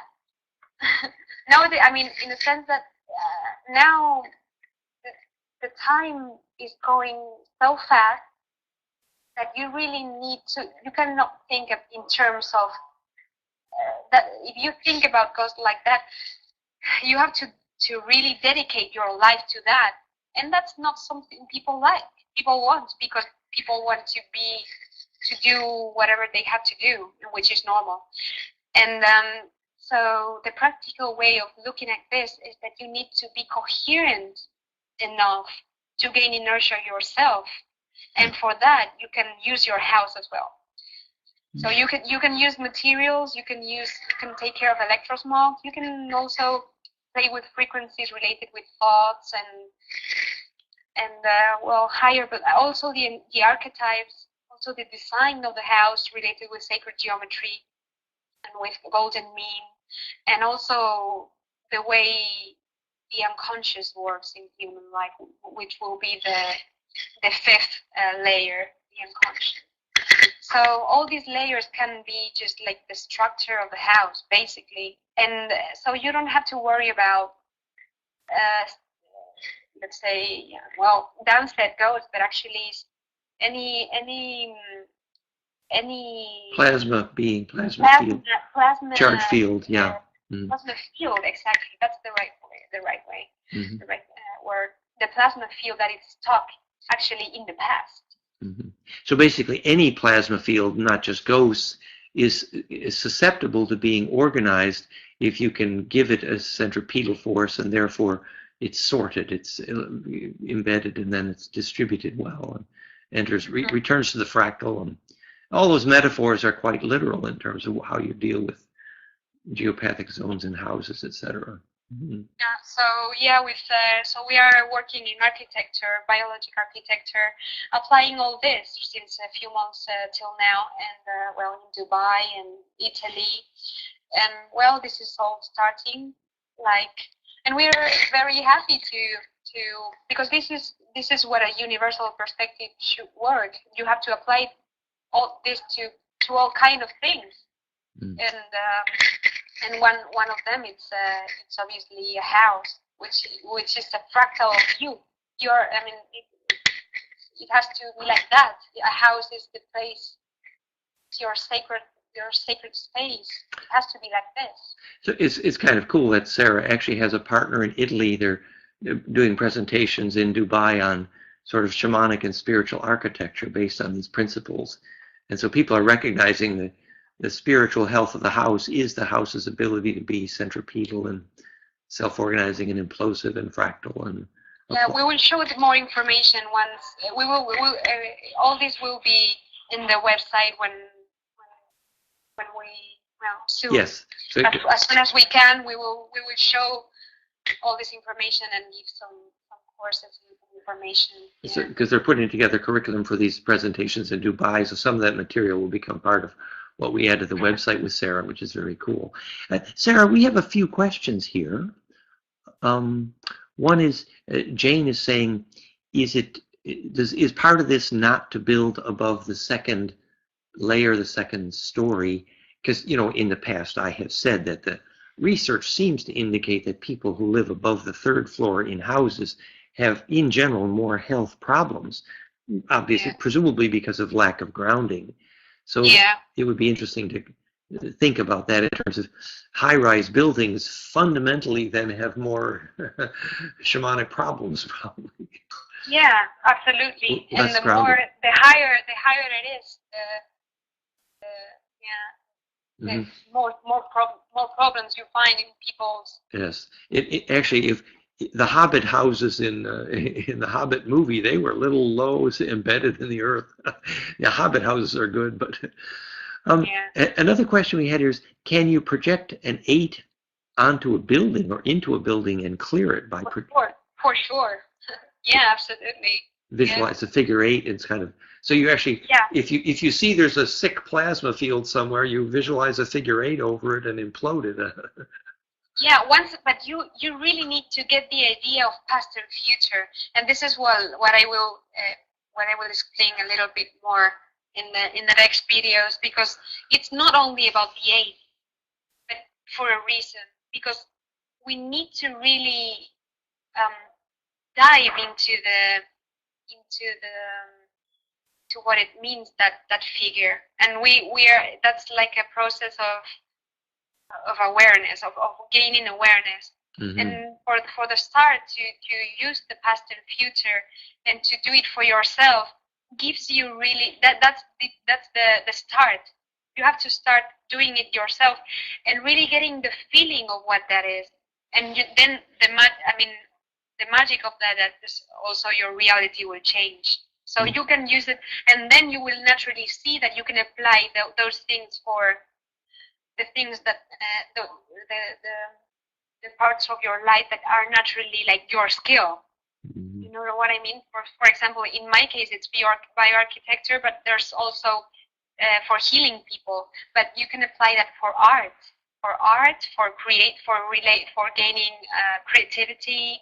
All these things you can start getting more and more. Your skills will get more and more coherent. But yeah, you can do it for a building, of course. And also, this is a shaman, shaman wisdom, to learn how to interact with the environment. Not only like from something that you are taking from the earth, but really learning how to interact with the earth, with the building, with the sun, with with what is around you. This is something shamans it's very encouraging because it's really something that gives you a lot of health. Gives you health. How do you say? It gives you just by doing all those things, learning how to interact with the land, with all these things, gives you a different perspective, that it's more coherent and more convergent and more absolutely necessary at this point. This could relate to what we were talking about what is a electrical definition of a shaman. And one thought was the shaman was someone who was plasma projective, and what that meant was they could then throw their weight around, in the sense of they could throw their plasma bubble around and therefore interact with anything in their environment by moving their charge bubble in and out of anything they chose, from an eagle's eye to a geopathic zone. And so plasma projective. And so that's when we used to teach the tensegrity exercises of Castaneda. And one of the exercises looked like you were reaching down and pulling your aura out of the earth like you were picking a carrot. And then you would put your hands over your head and you would blow through your hands like you were blowing your aura out the top of your head. And you were practicing being plasma projective, which is to throw your aura around. The Shem meaning access to a black hole, and An, Anu, sun god, or perfect slipknot, quite literally Shem An. But it's so important to be clear that for this first you need to get the idea really clear of what the 0 point is. And nevertheless as well, you need to do those, you can have all this amazing experience that is talking about, but also not forgetting that you need, the first of all and most important is to learn how to solve things in the physical, in the slowest frequency. It's like, because there is where you will see your mistakes, your lack of coherence. This is actually it's a blessing when you start putting attention in your daily life mistakes, because then when you start, that will give you the solution to not get lost in higher dimensions, basically. Yeah, so be grounded enough to deal with your daily dharma, and from there you will find so it's a process that goes, that's why you start with the first layer. You start with the first dimension first, to reorganize, to focus that there's even in the densest part of reality, you have to focus the 0 point and not getting affected by your need of survival. You need to focus on you need to understand the perfect stillness, even in the lowest frequency, right? And Sarah, would you comment on the frequent criticism of the shamanic lifestyle that says that shaman are famous for dying young because they tend to see everything as a kind of a battle? Well, I really, because I have experienced that really close, I really need some time myself to understand that. I mean, for me, it's well, I don't know what to say really, because it's still the shamans have an amazing awareness. I mean, if it's I mean, we're talking. It's very talking in general, basically, because each person has a different teaching, and not all the persons. Actually, I like the definition that Dan has as a shaman, like a person that is able to fuse with the black hole, not to to be the tornado. Yeah, absolutely, to steer the vacuum, and that's the real definition of a shaman. So when there's a person with that ability, which is actually evolution, that's why humans have to achieve. And when people are putting in risk their lives, having these abilities, normally for teaching or for, well, you can see battles. I don't know, maybe that's in Castaneda's books and all this information. And I think it has to do with speed. It has to do with inertia. It's hard. It's easier to die when you have more inertia. That's all. And so it is about gaining inertia. That's true, which is similar to Celestine prophecy saying. Like when you're driving in a motorbike, the more speed you gain, the easier is to have an accident, right? Well, the same happens with shamans. That's why it's so important to learn for example, impeccability. You can learn in your daily life. You don't have to.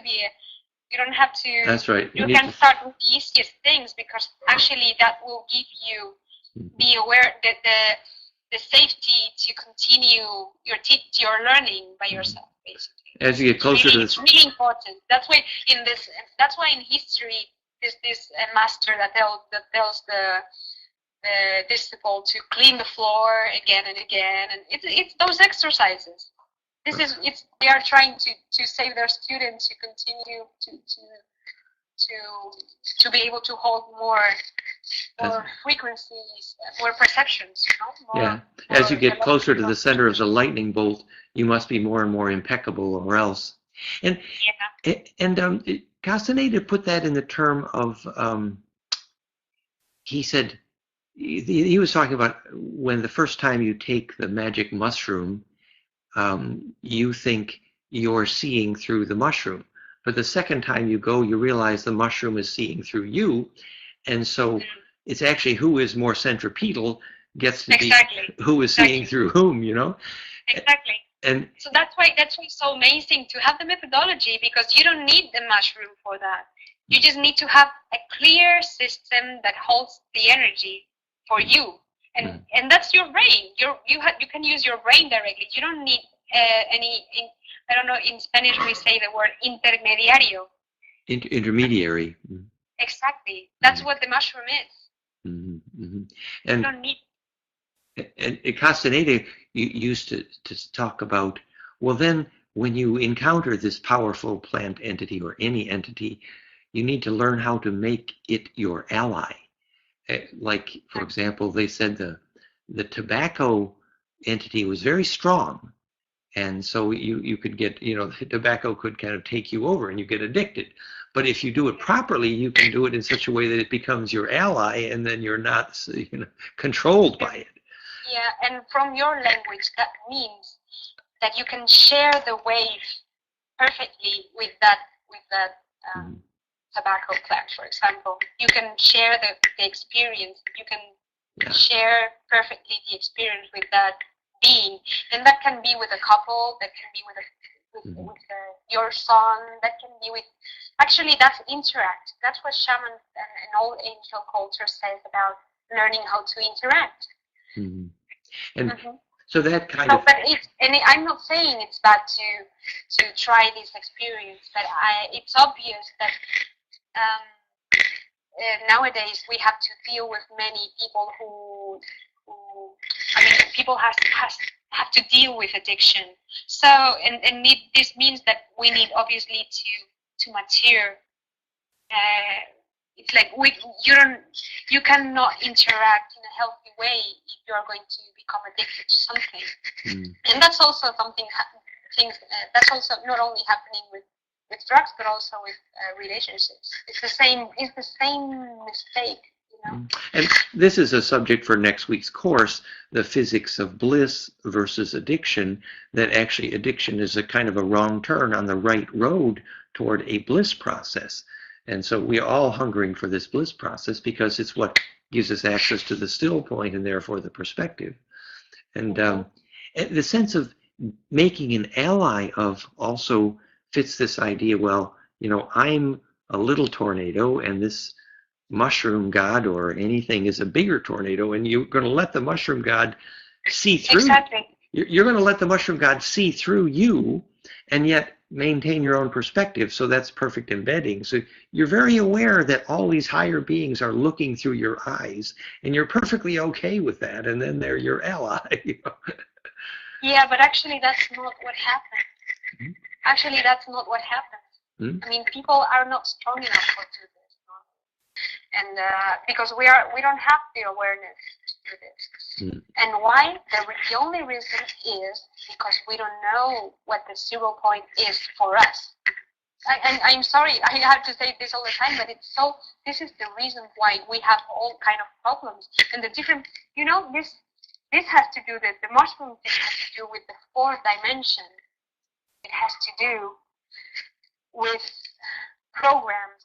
4 dimensions is the one that represents it's like the architect of the design. But then it's like the 5th dimension gives you the equations to build a program, and the program is manifested in the 4th dimension. And I don't know, maybe this is too much, but what's the program that the source used in order to give the experience on the physical? What's the perfect program that the source used to create in order to embed into the experience? Well, what the source used was the soul. Yes, which is the sort of it's like DNA over 1 billion years knows what it's looking for. So in the one program is a soul. It's like my name, Sarah. It's I'm living the experience, but my soul is the design that I'm made with. And these energies, for example, the mushroom, what it's doing is it's working in the 4th dimension, and it's acting as a substitute of a connection with the source. I mean, that, I don't know if the idea is clear, but when it's happening. Yeah. The concept of this word, you know, access to the source there might have a parallel to the way the Aboriginals did it, which was they were always aware of their ancestors looking through them.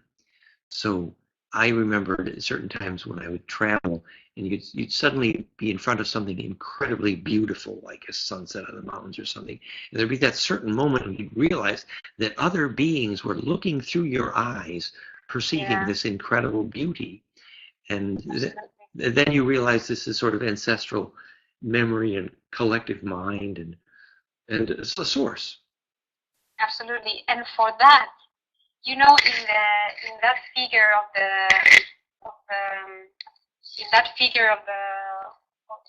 in the layers, there's 1/8 that doesn't go in the axis, in the horizontal axis, but goes in the vertical axis in the picture. Yeah. You can see that 8, and this is this is the way you contact. I mean, that 8 means that you are connecting your physical, your name, with your soul, and your soul is the one that contacts with the source. And once you have that clear, that interaction between the source, that's the Trinity basically.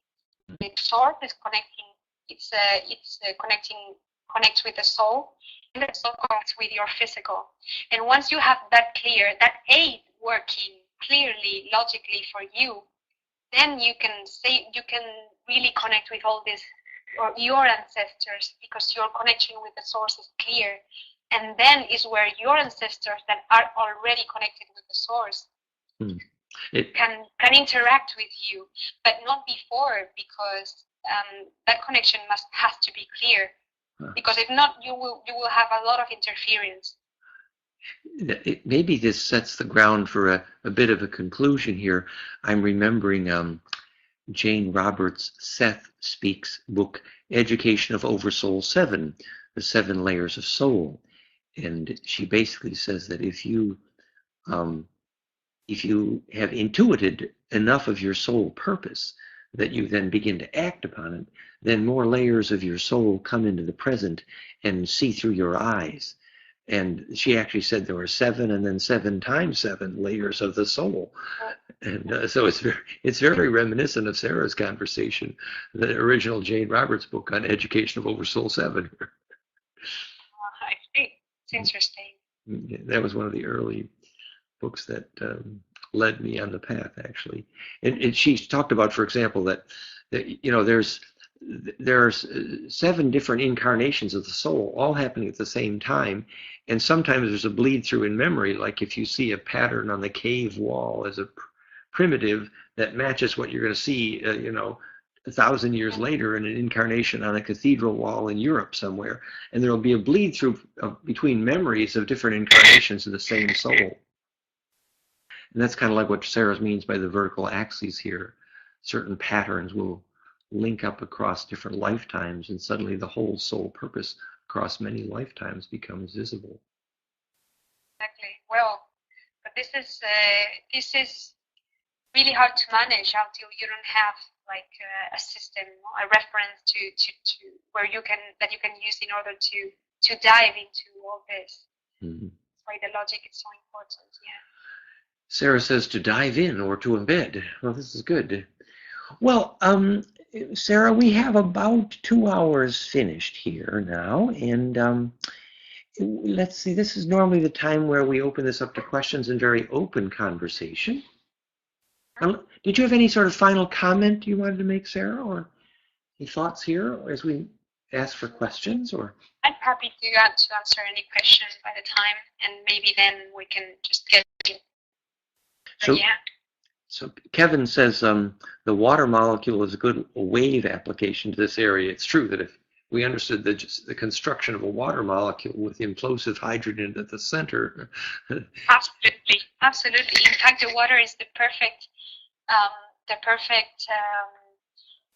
substance that can work, that can, let's say,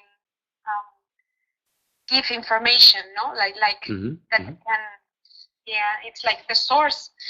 Yeah, it's a perfect. It can be a perfect imploder. Yeah, absolutely. And it's a rich metaphor here that the word chem, as in chemistry, the study of electron orbitals, is the same as the word is in shem, as in shaman, or schematic. That actually, if you studied chemistry well and studied how electron orbits kiss noses at the center of vortex pairs, you're suddenly learning how shaman implode space and become centripetal and inhabit and steer tornadoes. So that's why we always translated the word shaman, shem meaning access to a black hole, which is actually the fractal implosive process. Yeah, and that implosive process also, it's beautiful to use the water as an example, because it's the information can be it's like the perfect vehicle, the perfect vehicle to make that, because of the quality of the particle of the water, mm-hmm. of the water particle. Yeah. It's the perfect vehicle to work with that mm-hmm. Yeah, they transmit that information. Yeah. They say the water molecule is the chemically perfect balance between ionic and covalent bonding. And what that means is between the short wave embedding and the long wave embedding, which is it's the perfect quality, yeah. And the connection between the perfect short wave and the long wave embedding is literally conjugate or fractal. So that metaphor fits. Well, good. Any other questions here this evening? Oh, Rosa Cardona asks, what about the use of sage? You know how they use sage for purifying air in Native American rituals? Yeah, well, this can, using the methodology, this has pretty much to do with the second layer. The second layer, the second dimension, which has to do with emotions. And when you burn the sage, well, it helps, of course. It helps with, how to explain, it prevents the energy that it's stuck in the environment to organize in a distorted way. It actually releases the stuck energy. It's interesting that it's famous that Professor Phil Callahan, we made this film about his work with the native tribes, etc. And the shaman used the cigar smoke because he needed to remove a negative entity that was inhabiting Professor Callahan's liquid crystal fluke oscilloscope. And what happened to the screen of that oscilloscope was so puzzling to the repair shop that they had to re-examine the laws of physics on the power of cigar smoke or sage smoke. And what they found actually was the frequencies of the infrared create actually the physics of olfaction and a whole business about power of sacred smoke. Oh, yeah, of course. And something beautiful about this, from my experience, is that, well, it's you can use the sage, but for example, a good way of working with this is that you can use the sage, but you must not forget that the real thing happens when the person implodes. They get to the still point. So you have to combine both. It's not that you have to use the sage and just not think. You just have to be thinking about going to and buying in the market. You know what I mean? It's maybe this sounds. It sounds. So it's even the way you gather the sage with intent and do the whole ritual. Yeah, absolutely. You need to really realize that the sage is just a tool, but it won't help anybody to. I mean, the most amazing ability that human has is to implode. And when you have all these problems, how do you say, like this astral hygiene issues, it's like you have the most amazing gift that you can have, and this is your body, and your body is the one that lets you implode, and your attention, of course, and the ability to get into a bliss experience. So when you empower yourself with the knowledge of these abilities, and then you use the sage, and then you can do a marvelous work. But you don't really need the sage. You can use it as a tool, and it works. It can work magically. But it's more important than any other thing to empower yourself with the knowledge that imploding is when you really clean whatever you want. And good, and Sarah. The more you go there, the more you won't need anything else. That's great, Sarah. And then that concept about astral hygiene brings us to the next question, which was Gary Clark saying insight into the intent of Native American drumming and dancing. And I'm reminded of the trance dance film and that we used to show, and it showed all of these native tribes, Condombili, etc., doing these trance dances. And, the drumming and the trance would, in many cases, allow them to have voices of ancestors, which was on the positive side. But on the negative side, it was an invitation to many entities to come into their bodies. And discriminating there is the astral hygiene question. Yeah, well, welcome to planet Earth. Yeah. This happens all the time. I mean, this is the way we learn. day by day, and nobody, because many people, I mean, just by getting into the bliss experiences with those those exercises, those drumming ceremonies, becomes healthy and becomes well, high vibration, let's say. Yeah. But that high vibration is the bliss experience. Is to get inertia. It's just to help whatever you are calling to join and to get into this bliss, to connect this connection with the source. Mm-hmm. And if not, if you are well, if you have other, if you don't really get into that rhythm, well, then something more distorted will appear. So the answer that Gene Houston gave at that time about astral hygiene and the trance dance from the tribes was that if you just go into these trance in an uncontrolled setting, drug experiences or something like rave concerts sometimes, then a lot of astral entities, many of which are probably not really useful. But in the ancient tribal setting, you actually had a complete circle of the extended family standing there with absolute intent and focus, and that would then invite in only the actual ancestors of that tribe who were part of their wisdom tradition. So the discrimination was the collective gathered focus intention, which was a good answer. Yeah, exactly. And well, this all has to do with also by architecture and the way of conceiving the way you are doing these rituals, to do it in nature, to do it in a place that it's more fractal, that it's collaborating with you. Yeah. By getting into this experience. Yes, if you could do it in the right environment and natural embedding, good. And Sarah, our next question, Eden Grace says, can you speak more about grounding to help disperse negative or painful energies being held in the plasma physical bodies? Can you repeat the question? Sorry, I didn't. Can you say more about grounding to help disperse negative or painful energies held in the plasma or physical body? But grounding these energies, basically. Go ahead. Sorry.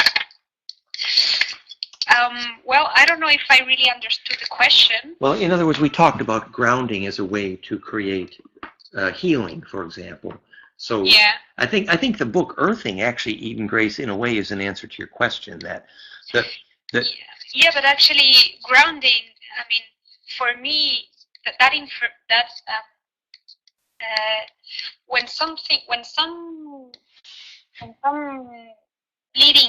some chart that doesn't have a center, its own center, and goes closer to you, it has to do pretty much with the experience that you have to live and what you need to learn. So in order to ground that, you need to solve the conflict. But I don't know exactly if it's what this person is talking about. Well, there's lots of ways to talk about grounding, and that's one way. It's good. Basically, from an electrical perspective, access to ground means a point of reference from which all charge can be distributed and made into a shareable wave. So actually, the point of ground is the place where all conflicts would be sorted. And electrically, what that means is when you can walk barefoot in the mud or something and you get grounded, then your actual emotions get sorted. And so it's profoundly healthy, I think. Absolutely. That's something that helps, but it's just something that it's outside of you. Never forget. It's something that you can use meantime. But it's much more interesting to be able to become more centripetal yourself. And grounding is part of the process of becoming centripetal. So it's Exactly. So this, for example, this being concerned of this logic, these two axes, just to being aware of this axis, the y-axis that it's connecting from the 0 point to all the layers that ends up into the source. That's the right way to do a perfect grounded without effort. Mm-hmm. Well, that's an interesting point, that if you visualize the vertical axis and the 7 spins properly, this is connecting you to ground perfectly. Well, this is a beautiful thing is to, if you can explain, I can do it myself as well, to derive, what it means to derive the information. Which is to say, to derive from the fundamental first principle, that, like hydrogen, are derived itself from pure fractality, so it's self-organizing. Yeah. I will say too, I don't know, I think I don't know if we have to finish, but just 2 beautiful exercises that people can do. It's one of them is related with the question of the person that just did the last question, is when you are aware of some kind of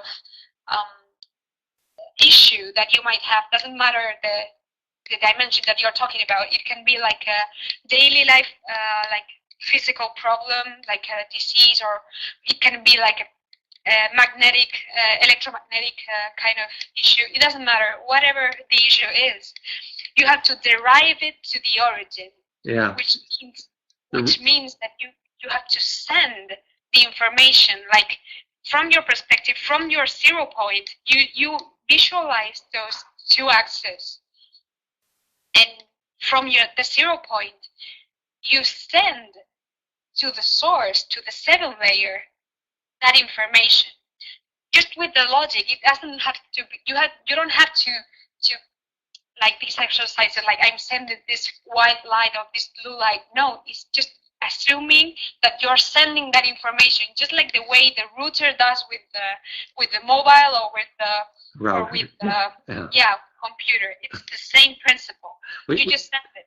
So it's like feeling the deep cause of anything, and just the process of feeling the deep cause, the original root of the issue, just that awareness itself is enough to sort it.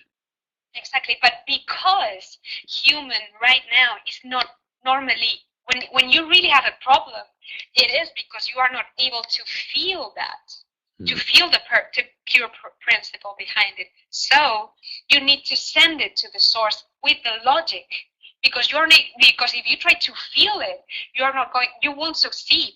Why? Because you don't have the deep understanding of what is happening in your life at that point.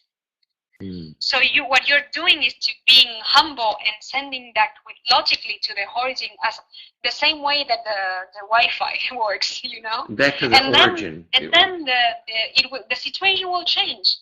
Then things will move. The awareness itself will make the rearrangement. Well, exactly. I think that's very well said, Sarah. But we have another question, Sarah, from another lady named Sarah. Okay. Sarah Phillip. She says, Sarah, do you use stones or crystals in your personal work or in your healing work? I found stones are beautiful, and I've used it. I really once you learn how to, or you get the feeling of how to interact with the different, whatever it's around you, stones are beautiful because of the quality of the frequency that they have. I mean, it's billions of years of memory. Memory. Do you use them yourself? Do you? It's like, for me, it's more like you can. No, not really. It's like you can interact with them the same way you talk with a person. The same way you interact with a person, you can interact with a plant, with a rock, with a stone, with whatever you want. But not really. You don't. I mean, from my perspective, to work with, to be in the vision of needing a stone to work with this and that, actually it disempowers you. So you don't really need, as long as you're clear that you don't really need it, but you can do it playfully and for fun, and you can appreciate it. and you can just share your connection. I mean, it's just beautiful to interact with all those elements that we have in the environment. But just learning what to interact means, and not to be dependent of. Interesting. Well, great. And then the next question from Robert Rivard. When discussing or hearing about the power of emotions or the emotional body, what is the best useful way to understand or make use of and manage of emotions, perhaps on a physics perspective or as an energy? Well, as everybody I think knows here, emotions are the energy in motion, no? And this is driven by thoughts, as we all know as well. And so I really, again, I have to go back to the methodology in the sense that we really need, because of the external reference that we all have been interfered by, because of society, because of our parents, it's the story that we are living, no? This movie. We really need to have a new way, and this is happening already, but we really need to assume that we need a new way to feel sometimes. And well, emotions, it has to do with the glands. It has to do, if you look at it from the physical perspective, you have your chakras, you have your glands working in your body, so you really have to take care of them. And the quality of your glands that until the 20-something, it continue evolving. You can really learn from how to take care of them, and really the quality of those motors, those reactors, can really drive you into managing amounts of energy. Yeah, so glandular emotion is something you can ride powerfully. You know, that section, that pure geometric origin of emotions we had in that web article, goldenmean.info/touch, where we looked at the Centix work, where they just analyzed, you would touch a transducer, a pressure sensor that would map the graph of pressure over time for anger versus joy versus love. It was a very specific set of ratios. Basically, love was golden ratio, perfect embedding, and you could see that in the actual ratio, the way you would touch to say I love you, whereas anger was 1/7, as the wave shape was literally in the physics of music, which is destructive wave interference. And so you can, where joy was 1/6, etc. So you actually see the pure, it's a pure geometric language for projecting charge, either constructively or destructively, and that's glandular emotion. Yeah, and that has to do also with the fifth dimension, in the sense that the fifth dimension, as I spoke before, has to do with the unconscious of human and of all of each alive system, or it can. It doesn't have to be alive. Actually, it has to be with just the equations, that the way a system is built, the logic that that builds the system. So, in terms of glands, you really, when you apply, this is, let's see if I can explain this accurately. When you apply sacred geometry visualizations to a gland, if you apply the right geometry, you can let's say make the gland work more coherently. You can give more more strength. You can optimize the work of that gland, really. And this has to do with the giving the. This has to do. Let's say, Dan, if you can help me with. This has to do with negentropy. It has to do with negentropy and the way you revert to time in order that so the gland can work in the with perfect efficiency. And so, if you knew more about how different emotions, like the liver is often associated with, what is it, anger, and the certain. Exactly. So when you have the logic of how to work with emotions in the glands. With the gland, exactly. That's it. So you can really get amazing results. Literally amazing results of the quality of the emotion that you feel, because it will be so pure. Yes. That's why it's so important, the fifth dimension, to be in the center, to understand what the 0 point is in that label, and remember, in the unconsciously.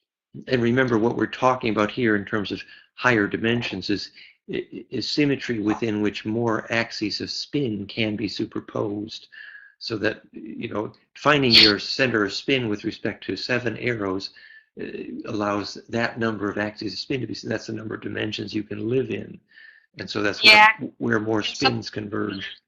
Yeah, and something, maybe this is a strong subject, but this has to do also with higher intellectual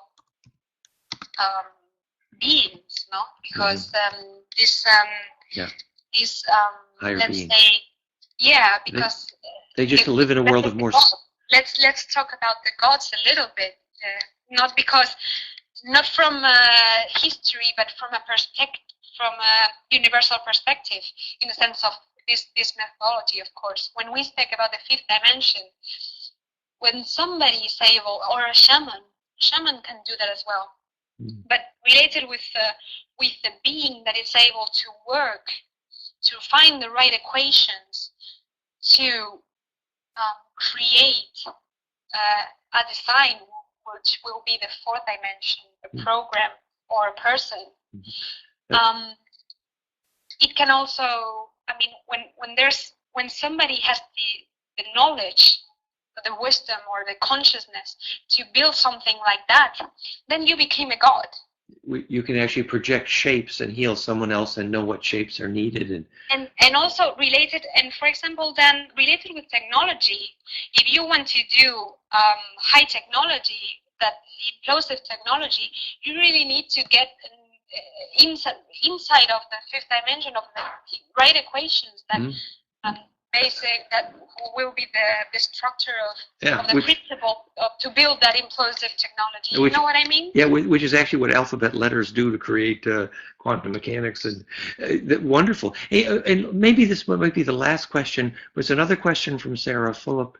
Sarah, she says, I was wondering if a person has a parasite within the body.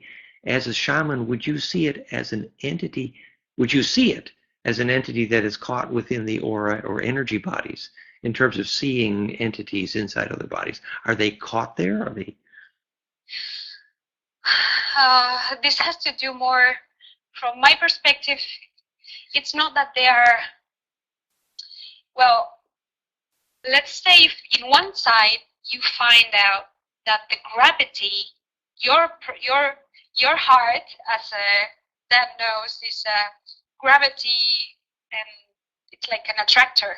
And because of your emotions, because of your past, of your memories that are crystallized, and all this that we've been talking related with past and future, you can really say you can say that that entity might be stuck there, but don't forget that it won't only be stuck in you, but in your family as well. In a sense that it has to do more with gravity related with emotions, with magnetically. You know what I mean?